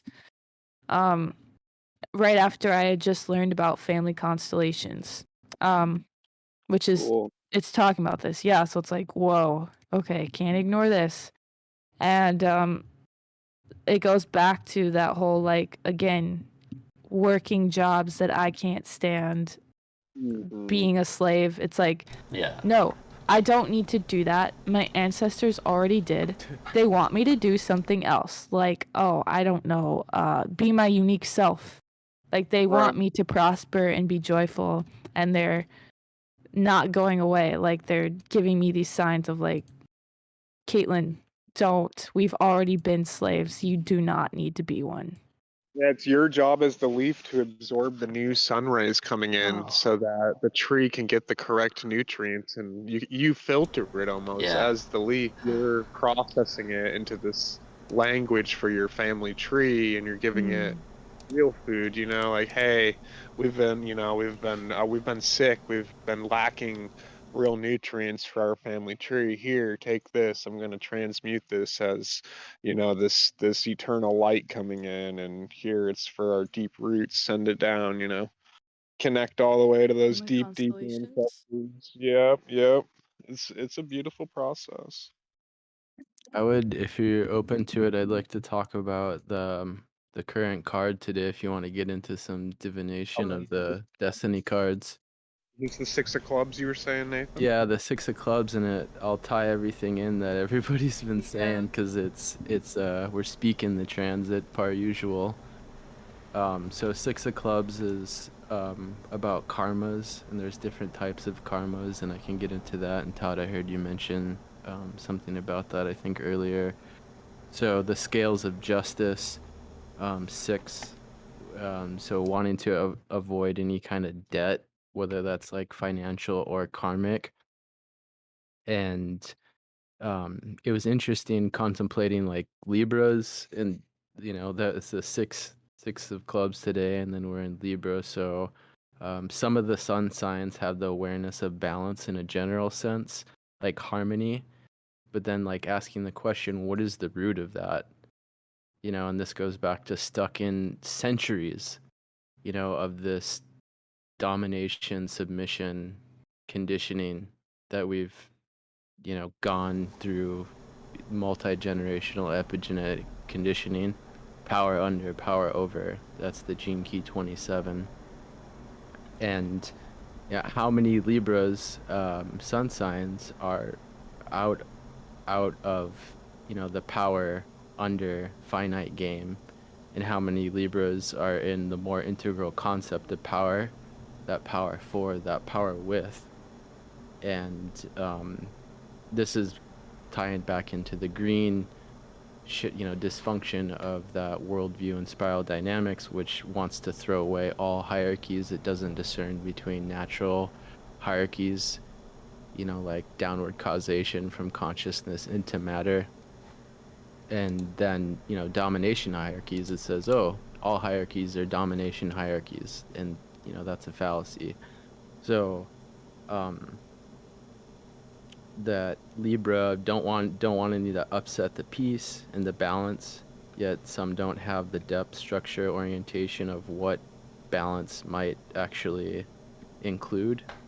Like, what does balance actually include? And it was interesting reading the Six of Clubs saying, like, if letting the soul move how it prefers, it's more likely that people can be in alignment with their unique self and see and discover the meaning of their why and why they're here. And I believe if the soul desires to do it, then the body will be able to do it. And issues arise when there's conflict between the soul and the personality. There's the soul's desires, and then there's the personality, which in the body talk system we learned that is the organs system, and the core character is the endocrine system. So this ties back to what you were both mentioning, Barry and Todd, of the solar plexus and the chakras, right? Yeah. They're connected to the Sushumna, and that Sushumna or Kundalini line can be cracked or distorted based on geopathic stress, 5G, even like psychedelics can do it too, which then influence the chakras. But the chakras are basically transducing that chi energy to the endocrines, which, depending on how that configuration is for someone, will determine their degree of clarity in their decision-making process. So if that's kind of out of alignment, right, then that personality will kind of start to take over, and that's when you see all these different injuries that kind of show up in people, which I'll connect back in with the karma. So right now we have people waking up to notice, like I said earlier, what they thought was their career never actually aligned with their core values, yet their unique self has always been there, but it's mostly dormant in many people, because of what Alan Watts called the skin encapsulated ego, or the misperception of the illusion of separation. And so now, when I was reading this and kind of looking at the design transits and the astro transits, is like, this is the time to move from your separate self to, recognize oneness, which in integral Dharma they call that true self, the seamless code of the universe, or to move, from that true self, which can become a spiritual bypass. And this is pointed out by Mark Gaffney and Ken Wilber, which is talking about Eastern Enlightenment. And they're basically saying, well, if enlightenment is so great, how come everybody isn't running to it? Could it be that the teachings is actually true and partial and kind of missing the mark with some stuff? Far as that oneness is not actually the end all be all. Yet there's another evolutionary emergent, which is unique self, which is the oneness, specifically and uniquely filtered through your unique gifts and your unique perspective. So that's a kind of side note of the dysfunction of the green, worldview and spiral dynamics, is that that's another gatekeeper, is that Eastern Enlightenment kind of spiritual bypass that is not fully letting people own their unique self story, because there's a lot of teachings, like A Course in Miracles is one where it's like, if you don't get past your story, you'll never experience happiness, right? Or a lot of the Advaita Vedanta, and different parts of Buddhism where it's like, this is just the ego, this is just the story. Yet we're learning through, like, Ken Wilber's book Integral Psychology.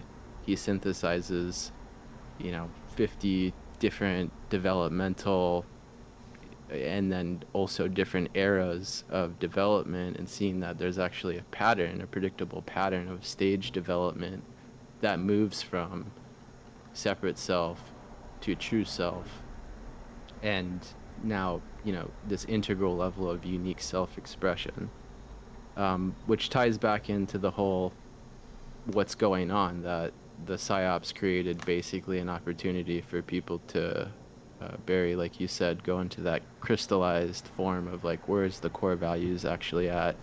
And Cliff High talks about this on his BitChute channel. There's a book of fourth generational warfare that he mentioned, where it was talking about in this new kind of warfare that we're currently in right now with the bioweapon and the jab, is that the morals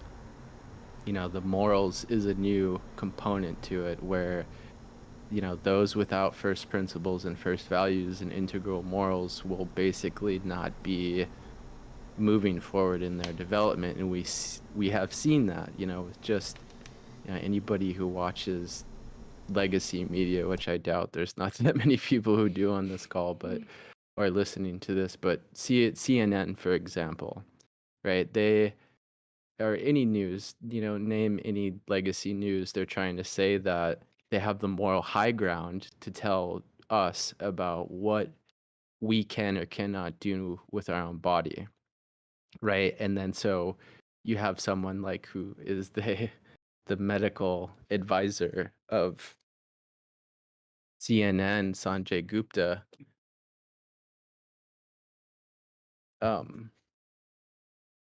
Sanjay Gupta was on Joe Rogan. That's what it was. Oh yeah. And I don't know if anybody saw that. I just saw a clip of it. Excuse me, I need water. Yeah, do it. I just saw a clip of it. I think it's funny that he basically called them out on it. It's like they're literally lying. It reminded me of this quote. I think it's Alexander Solzhenitsyn. I don't know that guy. It's we know they're lying. They know they're lying. They know we know they're lying, and they're still lying. Yeah, that's exactly it.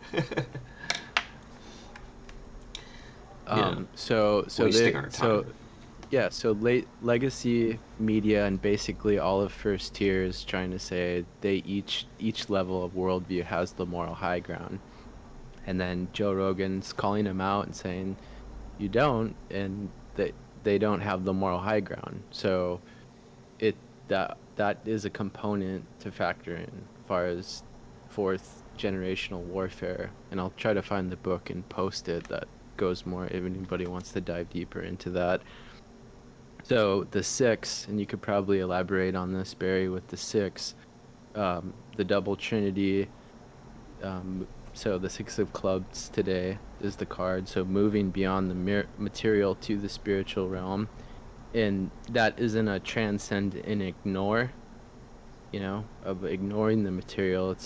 Or a spiritual bypass. It's an inclusion of the material in a up-leveling of our spiritual intelligence of the material. Absolutely. Yeah, I mean, that six right there is essentially sex. So in order to have sex, there needs to be this recognition and this joining together of. So it's almost like the real cosmic duality of a pole, of polarity. So it's one thing, but it's a positive and a negative end, which is essentially the ability to receive and to give. And that's really the base story of an electron or light, or being able to be a positive expression and send a signal. So yeah, I mean absolutely, we're looking at the 33. I mean, that's huge. Like a 6 is essentially a 3 and a 3, so you've got two movements coming together. And really, the four elements, you've got the cross, where you've got two 180s crossing each other, essentially. So you've got the circle dissected twice, which gets you into hemispheres and quadrants and seasons. And essentially, that's when, I guess, whatever our true magnetic north and our current north, the duality was when it moved from its true central position, I guess. Bananas and coconuts all over our system. Always it was daylight, and we didn't have the consciousness of the darkness or the black yet. Like, we didn't. And if you think of our current state of existence with the brain, they call the brain gray matter, which is a combination of black and white. So I mean, we're looking at a vehicle that we're operating right now that is I think that's why the Christ story is the 33, is the balance, is the movement from the frozen, the stillness into, the state of being a liquid, being fluidic. You're moving into that state of leaving the cube, right? Leaving that block of ice into entering the true circle. Yeah. So I don't know. I think I appreciate that description of the 6. And when I heard you say quadrants, that's a gift of alignment, because this whole movement for us collectively from first to second tier in the spiral dynamics model, our evolutionary development is looking, to move to an integral framework or worldview requires a look at the 4 quadrants, that Ken Wilber talks about, or AQAL, all quadrant, all levels, which is looking at the subjective and the objective of the individual and the collective, right? And a lot of different fields of study or systems within society are usually just 1 or 2 of the 4 quadrants. Right. So the 6 of clubs is about higher guidance being more palpable now. And I know it's not easily perceived if there's people numbing out, like I've done that in the past. Processed foods or alcohol, cannabis can go either way. It can either enhance or it can numb out. So the 6 of clubs is about an entirely new chapter in our life story, which is, what you're talking about, what you're going through. Yeah, you're experiencing right now, and also what we're doing collectively. And right, so a lot of change, a lot of sex, a lot of new things being created. So the 6 of clubs can cause needed or desired changes to be stalled or halted altogether. And you can kind of see this perhaps with like the body mind. There's a great book called When the Body Says No by Dr. Gabor Mate, where he addresses psychoneuroimmunology, or the biology of belief, basically how your worldview and your belief systems are going to determine the duration and degree in which a dis-ease manifests and where it manifests in the body and why. An example of that is like someone gets a sprained ankle and they just think they stepped on a rock, inaccurately. In the body talk system in traditional Chinese medicine, learning about the Gallbladder Meridian, which runs all the way basically from the temple where the amygdala is, down the outside of the body across the ankle, right? And the gallbladder governs organization and decision making.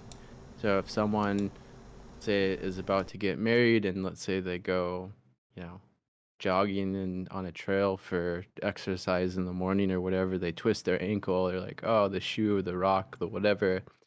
But really what's going on is that they're indecisive about the decision making. Whether that's an emotional decision or that's a spiritual decision, they're kind of indecisive, indifferent on it. And so the body sets up a condition where it's going to sprain the ankle, and that person will have to sit down to actually reflect. The body says no to what the mind does not say no to. So we'll get that person to sit down and reflect until they have clarity on the decision making. I can definitely relate to that. Yeah. So in those other injuries that happen like that as well. So Barry often talks about seeds and germination. So Six of Clubs is if there's not so great seeds being planted, then the law or the power of karma will be the result. And this is happening with the people who have the illusion of separation or the separate selves. More normies are realizing that what everyone is experiencing is a result of, the COVID psyops actually goes back to Robert Gallo, and the propaganda and manufactured fear of the HIV narrative. So in that larger context, it's like we saw those seeds being planted in the 80s, and like where we think this is all new. We all know about the documents that John Hopkins put out in like 2014-15 about they had this whole narrative planned. They, event 201, blah blah blah. The alternative is for Six of Clubs is all planting conscious seeds, and realizing awareness. Awareness negates karmic bondages. So this gets into like the gunas in Ayurvedic medicine, and the gunas, sattvic karma, rajasic karma, and tamasic karma. So sattvic karma would be like action with a sense of awareness. And the example is someone donating anonymously, and there's an awareness and a sense of ownership, like an attitude of like, I just donated for like a just cause in the world. The rajasic karma would be, this amount I want to donate to the charity, and I want a plaque on the wall so my kids can see, and I want to tell other people about it. So rajasic karma is like want some kind of acknowledgement from other people. And then tamasic karma is little or no awareness or no attention or really no intention at all. And this is the back to what you were saying, Todd, about, I don't remember the exact context we were talking about. I heard you say doesn't take responsibility. We were talking about something. Oh, that was the language, the German language, or the bureaucratic. Right. Thank you. Yeah, you don't. So, you avoid the responsibility as a victim or as the decision maker. Right. So that would be tamasic karma. So that's victim consciousness, or like, blaming others for the frustration or the bitterness. And so we can make these things conscious through the gene keys in our unique shadow, and I'll post a image so you could look at your own gene key profile and then look at this sheet that shows all the 64 shadow victim consciousness kind of archetypes, and see like, oh, how does this play out, or is it playing out, or and I have found that to be helpful as far as seeing the unique shadow, right? Because we learn about shadow and we talk about it in the general terms. Robert Bly and different people have written different books about shadow. Yet there isn't a general shadow. There's unique shadow. there's a unique shadow that's unique, that cannot be generalized. So Can I also add, I think it's important to consider too with shadow, it shares the same DNA sequence as the light quality. So it's sometimes I think it's easy to develop like a hate relationship or disgust towards your shadow. But it's really part of the light. So let's go back to I've got gate 27. Nathan was talking about it earlier. That oscillating between power over or power under. Like I'm either power under of not living as my, not following my unique authority, helping others before I take care of myself. That's really crucial, is I got to nourish myself before I can nourish others. Otherwise that energy behind the nourishing the other people is going to be distorted, because I'm going to feel resentment most likely. That's like, I should be taking care of myself right now. And then the other extreme of that is like the power over of, no, I've had enough of like being a slave, so I start to make demands. Well, rigid boundaries rather than like a flex and a flow. So what I'm saying is, it's like that shadow is what helps me become aware that I'm not living in alignment. And when I follow that shadow, when I follow it, I sit with it, I stay with it, it brings me to the light. So shadows are actually gifts because they are information, it's wisdom, which then over time, well, it doesn't have to be, I don't know. I'm getting lost in my thoughts here, but eventually it brings me back to the light. Yeah, it's a cycle, right? You sine wave, like, or a wave in general, right? Always changing. Always. reality is always loading. Isn't it lovely? Beautiful.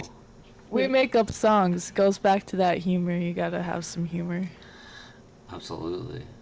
So just to wrap up on this the Six of Clubs that we're in. So the different karmas, there's Sanchita karma, which is the sum total of the give and take of what is stored.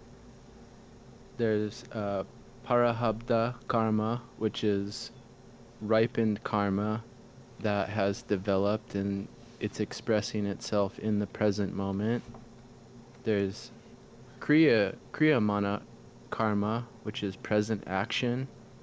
So these are the actions that we're doing right now through free will and conscious choice. And there is Agni karma, which is the future blueprint of the karmas yet to manifest, our intention. So those are dependent on the Kriyamana karma, and then that adds to the Sanchita karma. And so all these karmas result in merits or demerits, and then either, manifested in the body. And this is where we get like samskara that from. And anybody who wants to dive deeper in that, I invite you to read When the Body Says No by Dr. Gabor Mate. Great example of that current context. So the mild detriment karma is living basically day in, day out. You're helping build someone else's dream. That's not really in alignment with yours. And then, kind of neglecting your soul's yearnings. Moderate karma would be like relationships. So basically not having yet a developed throat chakra, so there's not much verbal communication or communication skills. It's like me-centered trauma bonding disguised as a quote-unquote relationship. So moderate karma can also include like legal battles. And then the severe karma which is, the separation from spirit, where someone's been locked in the separate self for so long that, like Morpheus tells Neo, and I think it's the first Matrix, where he's like, we make it a thing to not unplug, Yeah, the first people one. after a certain age because of like the trauma that can Right. basically result. Yeah. And then so this would be like the severe karma, like severe unresolved traumas in the family soul, or what traditional Chinese medicine calls the Shen disturbances. So the Six of Clubs today is like about systems of truth. Like, and so what is that? And a good start is like an integral perspective, having awareness of the subjective and the objective of the individual and the collective. It's more inclusive. The more inclusive, the more true, and inclusive that discerns between dysfunction and stagnation and dogma of the eras, and then what has actually stood the test of time, as far as first principles, first values, core morals and ethics, the great chain of being, the perennial philosophy, it's also been referred to as. And we can see that if we have thoughts that, if we think things right now that are unclear, or if we think that, we're walking blind, then up leveling to the infinity of intimacy and power could serve us, all of us. And it starts with recognizing our unique self through, learning our astrology, learning our Mayan sun signs, learning the gene keys, learning human design, the integral worldviews, spiral dynamics. So the Six of Clubs is also about the responsibility of the spoken word. So this goes back to talking about conscious communication. There's great YouTube channels. The Cup of Empathy is one of them. Those talks by Marshall Rosenberg. I have a friend in Minneapolis that does free Wednesday conscious communication calls. If anyone's interested, that's really fun. And basically what we're learning from the Six of Clubs is that without the awareness or skills, of these, of being able to communicate and have an emotional intelligence and a needs or desires consciousness, right, Todd, beyond just the Amsprachen, we gotta Absolutely. we gotta diversify, develop, I mean, our vocabulary and our feeling, our emotional intelligence. Without these skills, it's guaranteed that we're going to experience frustration and bitterness and have issues about, what what is said, and is really at the core factor of like most relational issues people experience in their life. So the Six of Clubs brings all of us to this new threshold of some ancient and powerful truths, and it can show us what threshold we're actually at. And we can learn that by looking at, if you go to iconscious.global, they've done some really great integral work of being able to do inventories and, see what level of development are we actually at. We can read spiral dynamics, the change code I'll share. Ken Wilber's superhuman operating system talks about the different lines of development far as different intelligences, where there's even like an artistic intelligence. Um, and yeah, like the spiritual bypassing, um, if anyone's kind of telling themselves like I'm self-realized without a greater integral context, then they might be deluding themselves, and thus self-sabotaging. So this kind of goes back to what Barry was talking about when I heard him say germinating something new. We're at the threshold. We're bringing others to a new threshold of ancient and powerful truths.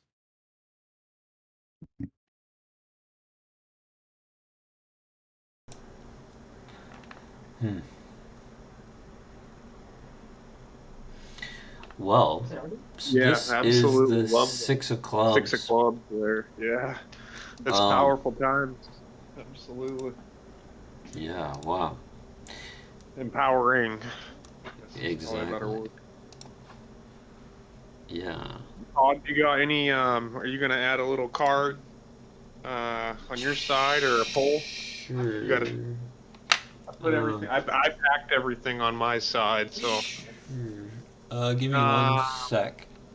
Well, I have a magic card I could share, or I can draw a card from the Gene Keys deck, or. Ooh. Ooh, Gene Keys. yeah, that sounds cool, Todd. Okay. Yeah, Amy's gonna kill me because I think I packed the animal cards and like some of the she Oh. uses them every day, so we're gonna have to find out what box I put them. Uh Yeah, so it'll be okay. oh. I after you do the Gene Keys, Todd, I also have the if you would like, I've got the Destiny cards. You can do a card for each day of the week and take a picture and put it in the chat if you prefer. Yeah, sounds wonderful. All right. I'm shuffling right now, so feel free to prepare on your end, and Yeah, I'll start laying it out, just letting everyone know I'm setting intention for. I'm gonna lay out 7 cards to learn what's going on for this upcoming week. Awesome. So as far as intention goes on these, I'm just gonna keep it simple and ask the cards to show us what we need to see. And I'll probably need Nathan to jump on because you definitely know a lot more about these than I do. I'm still learning. Yeah, so-called experts, we're all beginners. Right? They're very cool. These are like the geometrical shaped ones that you have. Yeah, the hexagon, yeah, Yeah, those are hexagonal. beautiful. They got the element in there, right? And then the little blurb of the traditional hexagram, or is it just the shadow, the gift in the city on it? It's got a whole lot. And boom. Nice, we got 45. I'll send you guys a picture real quick. Okay. Cake. Camera.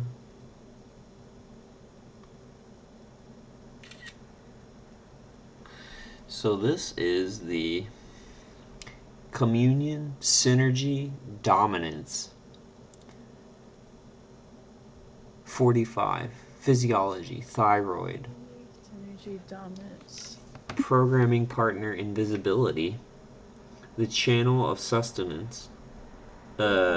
Gemini, 17 degrees, 22 degrees, 37.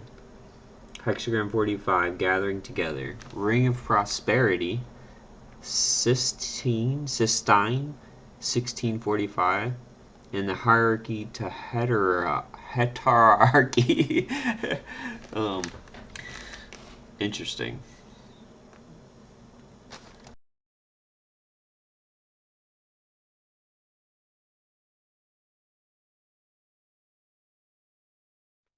that ties in with the spoken word with the thyroid right there. Looks like we were talking about the 6 of club earlier being a big indicator of that which is spoken or communicated.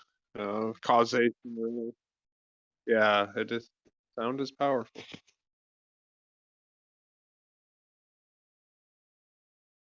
And 45, that's half of a 90-degree angle. That's considered the sharp knife blade, the cut. Very sharp, very, very, silver tongue. Words are very, very forceful, very powerful, very strong. Yeah. And that thyroid too, man. My thyroid's insanely active. Like it doesn't let me gain weight. Like it just chews things up. I think it's thyroid's really connected to the mind as well, like the thinking process or something like that. It's feeding a part of the brain something, and or they're interacting, and then it's causing your it must interact with your gut mind somehow and connect to the stomach Jupiter portion there. Um, the energy though of the like the neck, the thyroid, it's very Taurusy, you know, very Venus, Moon, Vulcan, April energy right there. The neck, and it's a pretty vital area. The neck births the like the head and the body. It's almost like the center. It's kind of neat. Yeah, yeah, yeah. And if you think of a toral field, like a field generated, um, essentially this invisible body that you generate, like that comes to life from something, some kind of movement or pressure. Could be a piezoelectric field that's generated. I don't know, it's so tough to tell from this perspective. That's why I think knowing here isn't something we should 100% strive for, but feeling, that's right up our alley. You know, that's something we can be mess around with, you know, how something feels, how it's supposed to feel. I think consciousness equates to feeling. Every slice of consciousness or experience is tied to some kind of feeling, that there's something it feels like to ride a roller coaster, eat a hot dog. Those are all in consciousness through partaking in the experience itself and feeling it. So, and that's where the real knowledge is, right? I mean, you read a book about fishing, but then you go fishing and, you know, you get this whole different body of knowledge from doing the act itself and experiencing it. So, Right. yeah. Yeah. Good card. It's Cards. it's interesting, the 45, that dominance again, you know, that power over, and even with the current, I think I posted it in there, of the current, was it the gift? So the current, yeah, the sun's in gene key 32, and so when you get to the like the functional expression of that, it's about lineage, really, preserving the values for future generations, you know. And it's really interesting, like hearing Todd talk about his mom show, like, you know, how to prepare food in a conscious way, a nourishing way, and preserving the values, as you know, with Barry, and you know where he's working at, and the landlord, and you know what kind of values are we preserving, and Caitlin addressing the ancestral healing, you know, the focus on the death of the separate self you're talking about with the codon earlier, Todd. So it's all right there, you know, that moving from the dominance to the synergy of us coming together right now, and that higher city consciousness of communion, you know, of ultimately unique self, which in the mystical Kabbalah is talking, Abraham Cook is one of the mystics, and he communicates talking about when we're in alignment with our unique self, that basically we're evolving God, you know, that the unique self is the savior of God or reality. You know, it's not just God is the savior of someone, it's a two-way street, right? So Right. God actually evolves. It's a ratio. Yeah, and so what Abraham Cook emphasizes is, you know, people think there's just like perfection, but then there's also the becoming aspect of God, which is the evolving component, right? The two faces of reality, which is being and becoming. So yeah, that synergy is really cool. And then the physiology of the thyroid, so that connects back into the throat chakra, and you know, if it's unmentionable, it's unmanageable. So up-leveling those communication skills to really step into our power more, because the reciprocal of that is the solar plexus, which connects back to what you were talking about, Barry, with the decision making. Yeah, So absolutely. that solar plexus and that throat chakra being a reciprocal, each one is a reciprocal of one another. So the root's a reciprocal of the crown, right?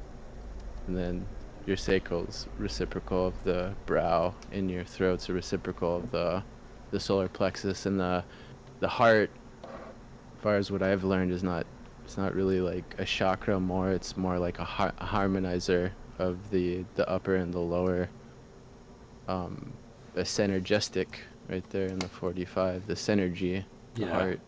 I can feel that. Yeah, absolutely. I want to say something real quick. I was listening to Steiner while I was driving yesterday, and one of I like some of his educational teaching, like for teachers videos, but the one that was really cool was reverence, and we have reverence on this gene key image. Where is it? Here it is. Gene key 32. The ancestral reverence, which you were talking about, the familial aspect, but just Yeah. that word in general. And he Steiner basically says, like children are to be revered and like have that reverence for them, so that they can whatever become the best whatever. That's not the point. But that word reverence, it's like that's such a great word, and I don't know, that just really stuck out for me. So.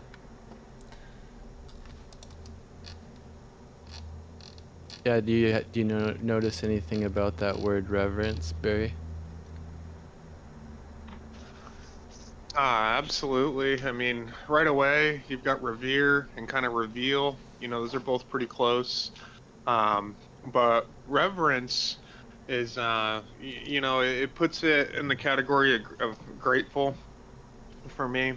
When you revere something, you tie grateful in with admirance too.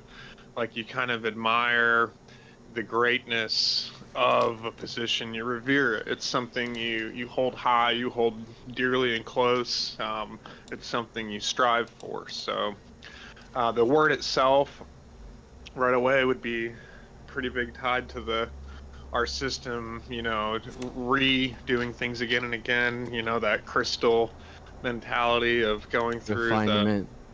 that circle spiral process where you just keep waxing and waning, essentially making clearer and clearer. Wax on, Um, wax off.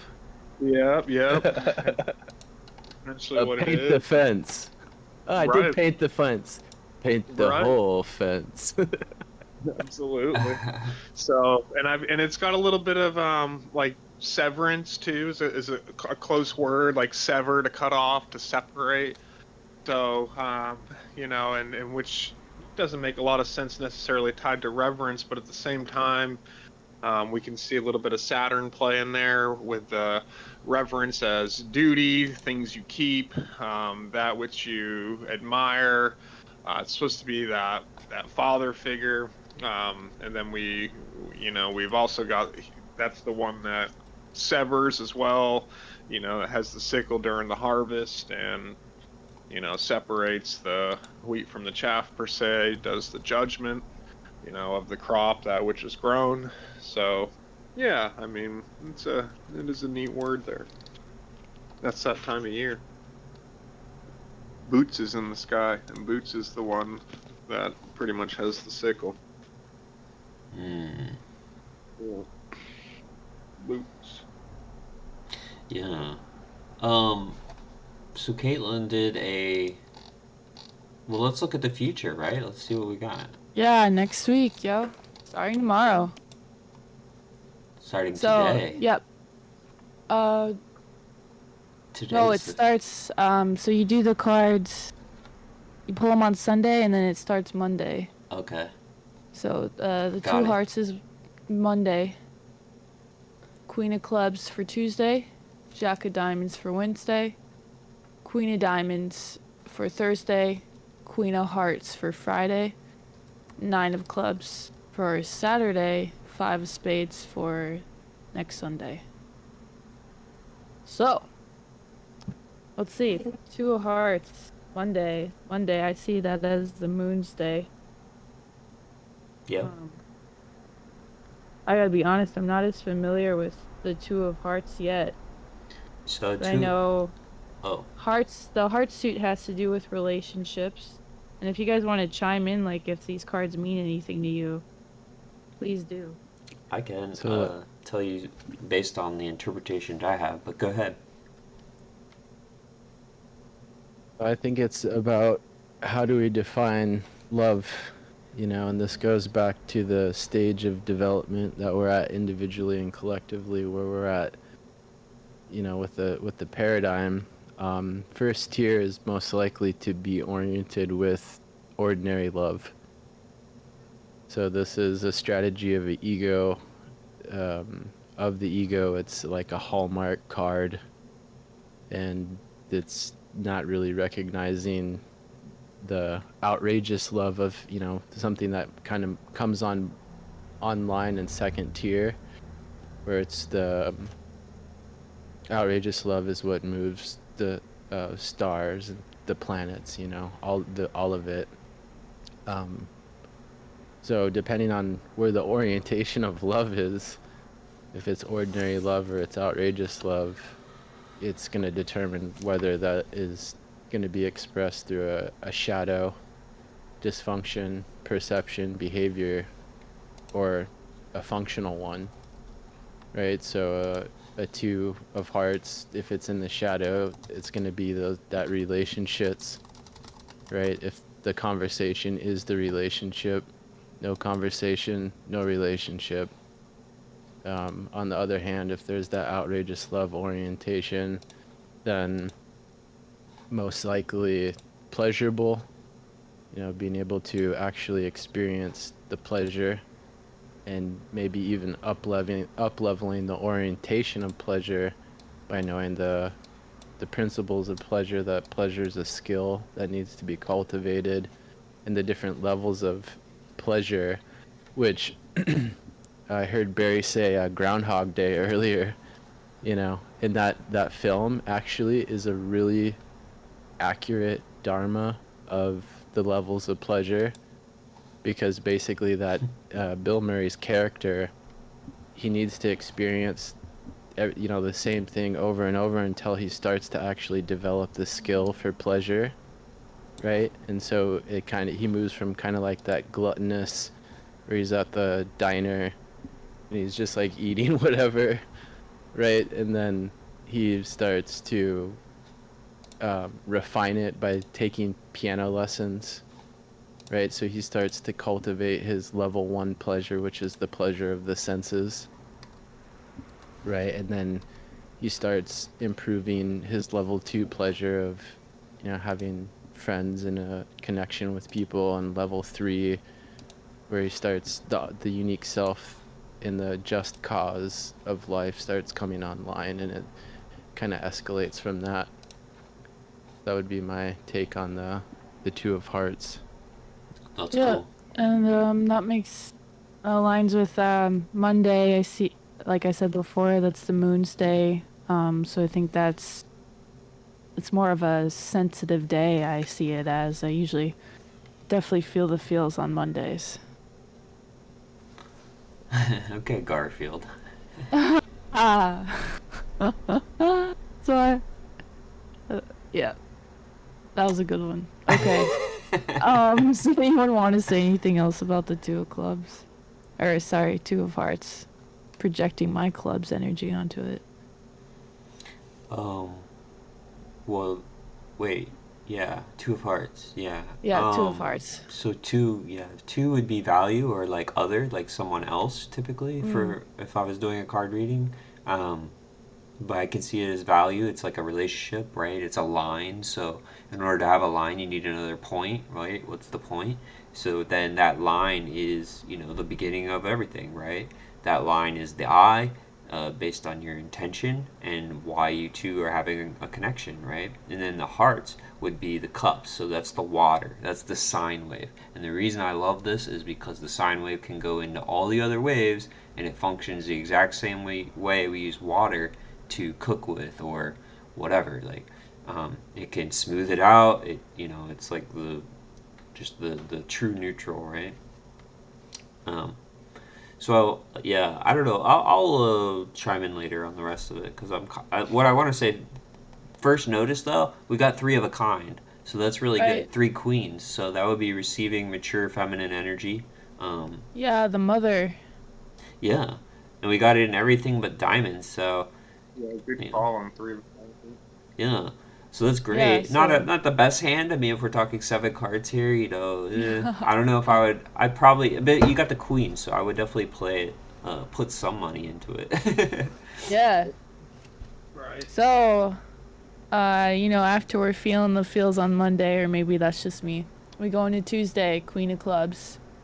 This card I am more familiar with, so maybe perhaps I'm familiar with this because that's Nathan's card, Queen of Clubs. Nice. And this is actually for my yearly cycle. My environment card is the Queen of Clubs, and that is present for me throughout this whole year I'm going through, which means that that's the environment card in your yearly spread is a place that you can look to for support.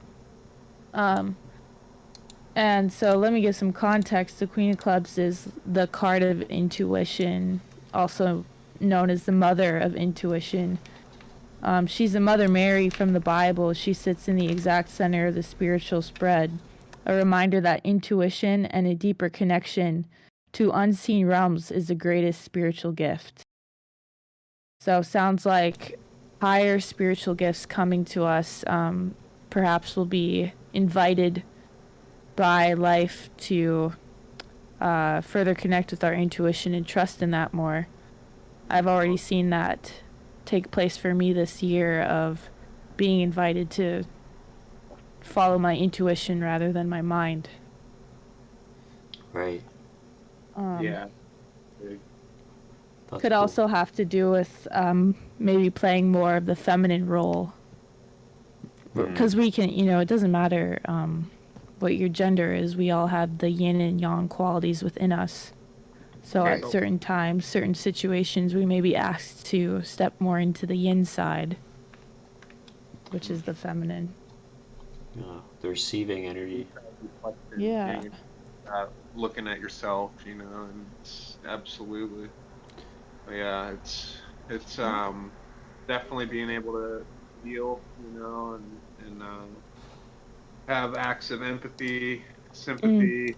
I mean, maybe not sympathy more as empathy, but just being able to know that you don't really know somebody else's shoes or the position they're in or the experiences, that they're going through or why they are, but what you do know is that, you can support them and that it's going to be okay and that everything that is happening seems, pretty, meant to be essentially, and it's there for enjoyment in one way or another. It's there for some kind of pleasure, whether you find pleasure in evolving your own being through a set of challenges, because it'd be pretty boring sitting around in perfection, and the Yeah. very word imperfection is I'm perfection. I am perfection, it's got I am right there hidden.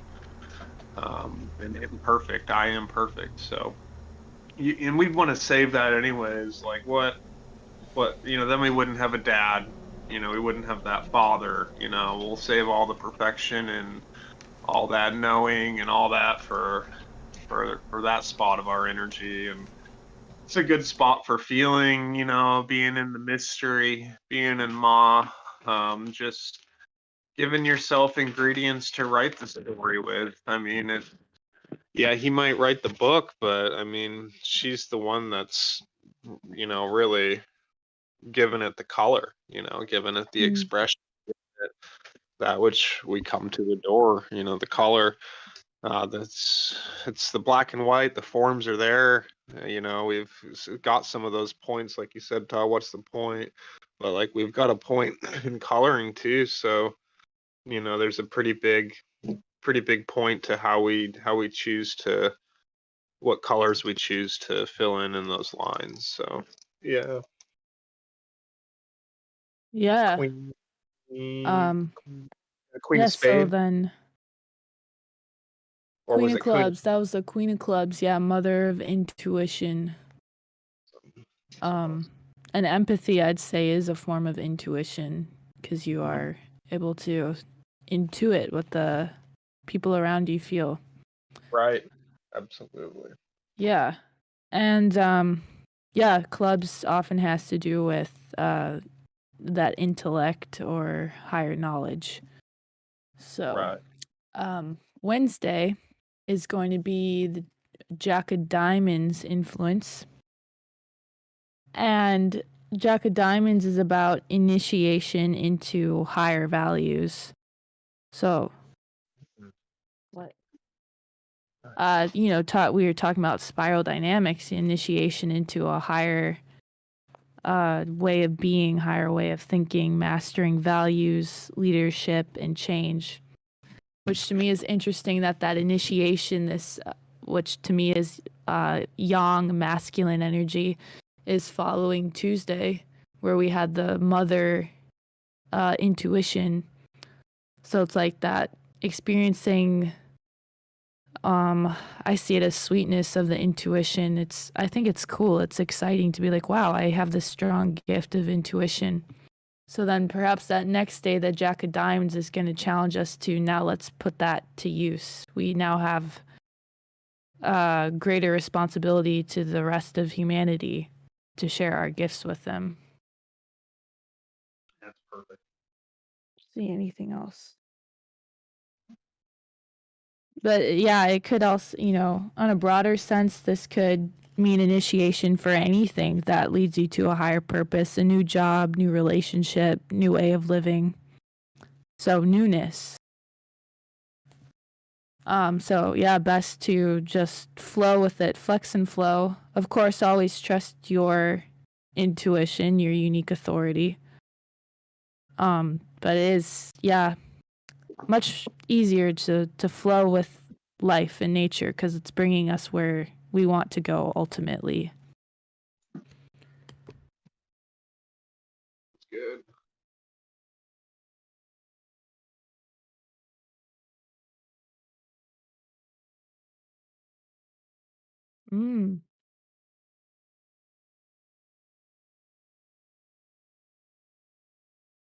Really?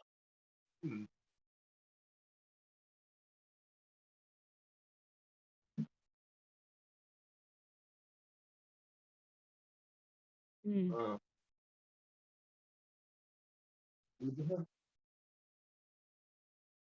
that's crazy. Wow.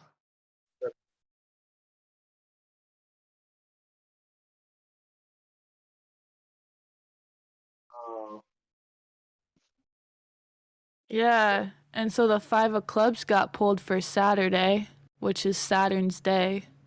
yeah, that's pretty awesome. Right? Was that right? No. Oh, I apologize. It was Sunday. Ah. I was close. One day. Very different though.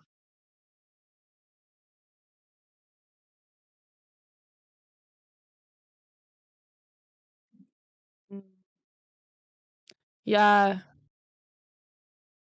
Oh, good point. Good point. 20th.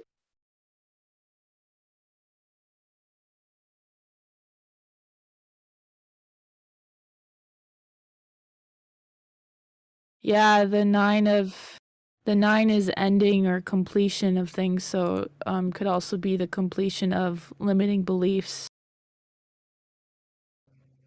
True.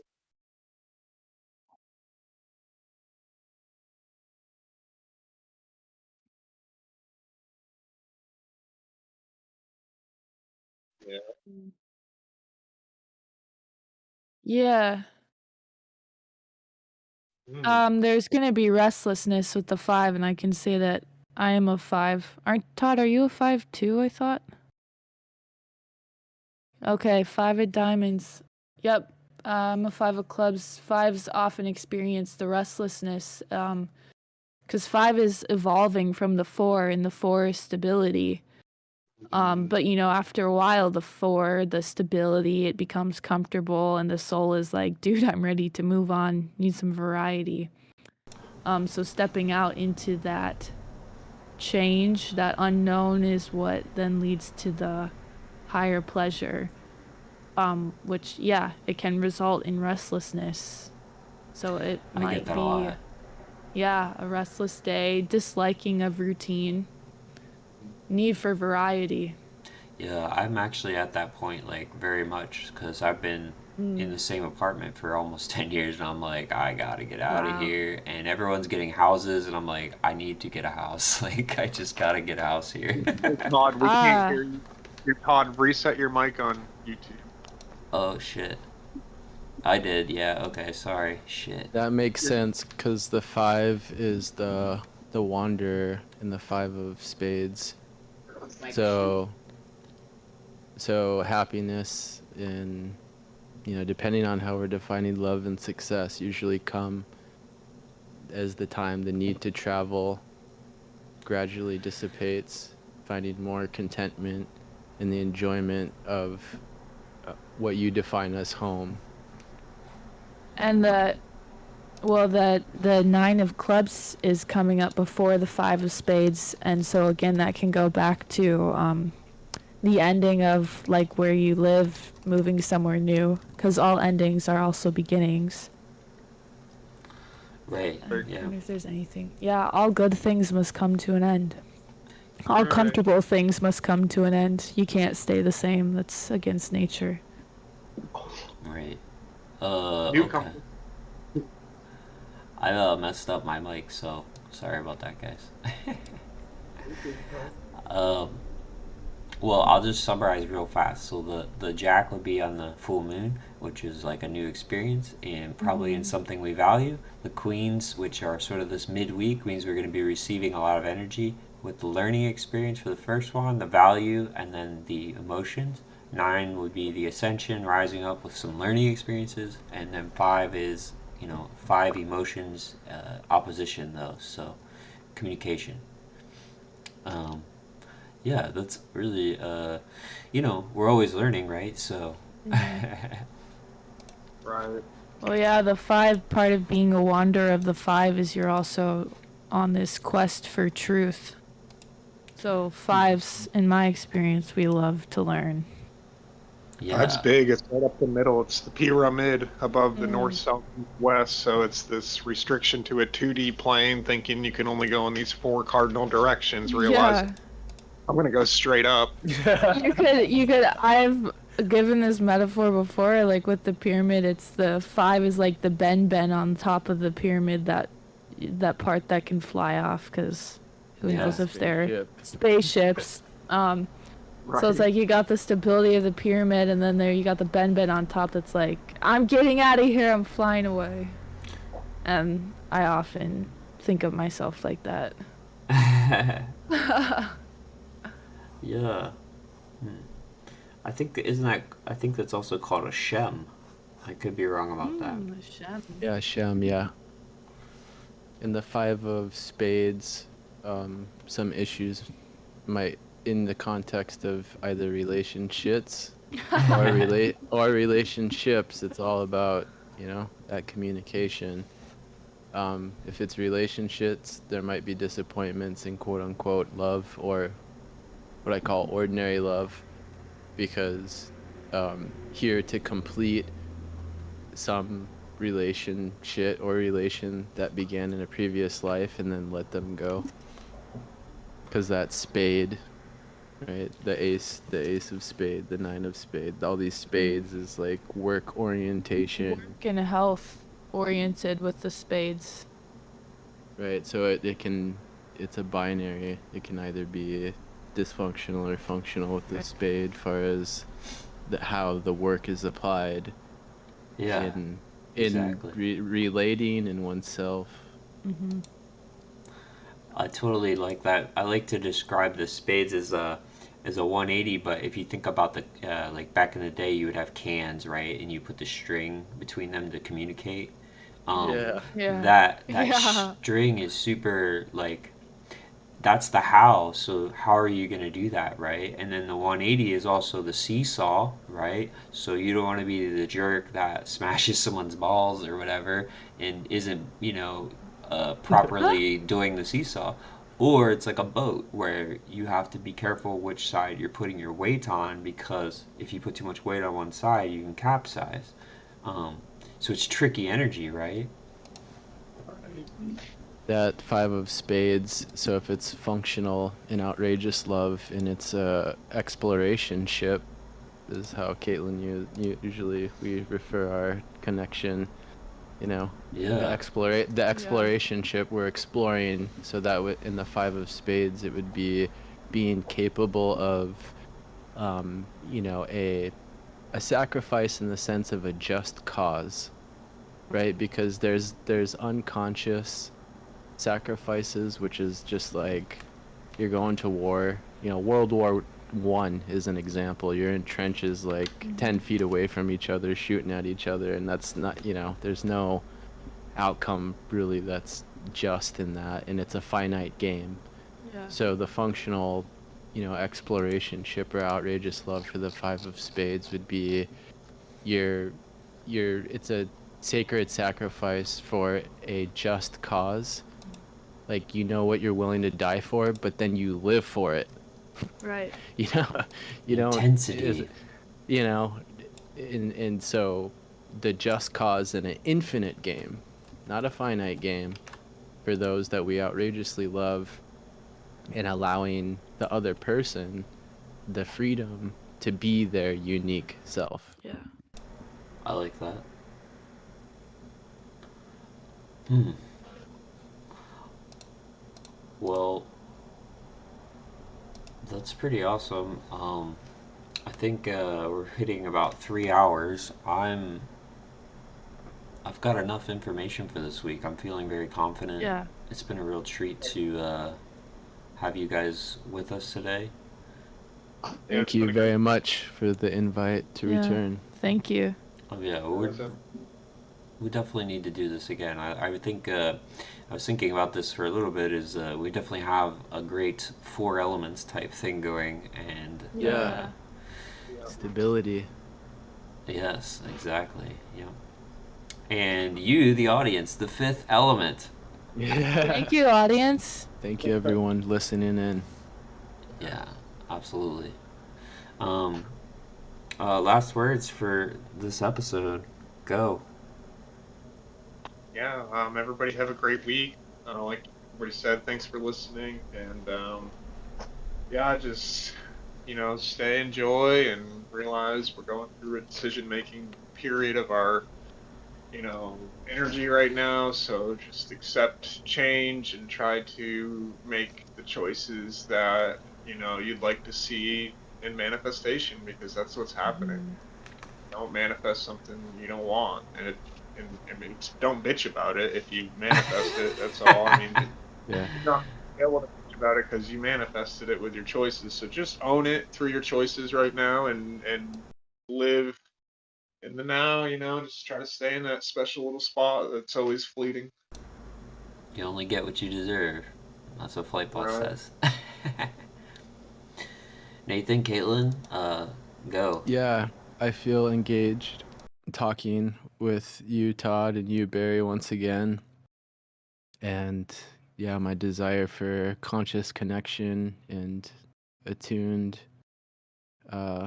outrageous lovers has been met. And yeah, synthesizing, where I enjoy the activity of weaving with everyone here. And so, yeah, my need for like meaning has been well met in this call.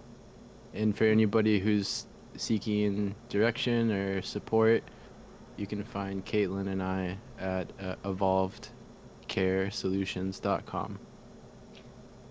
Beautiful. Yeah. Thank you, Todd and Barry, for creating this space.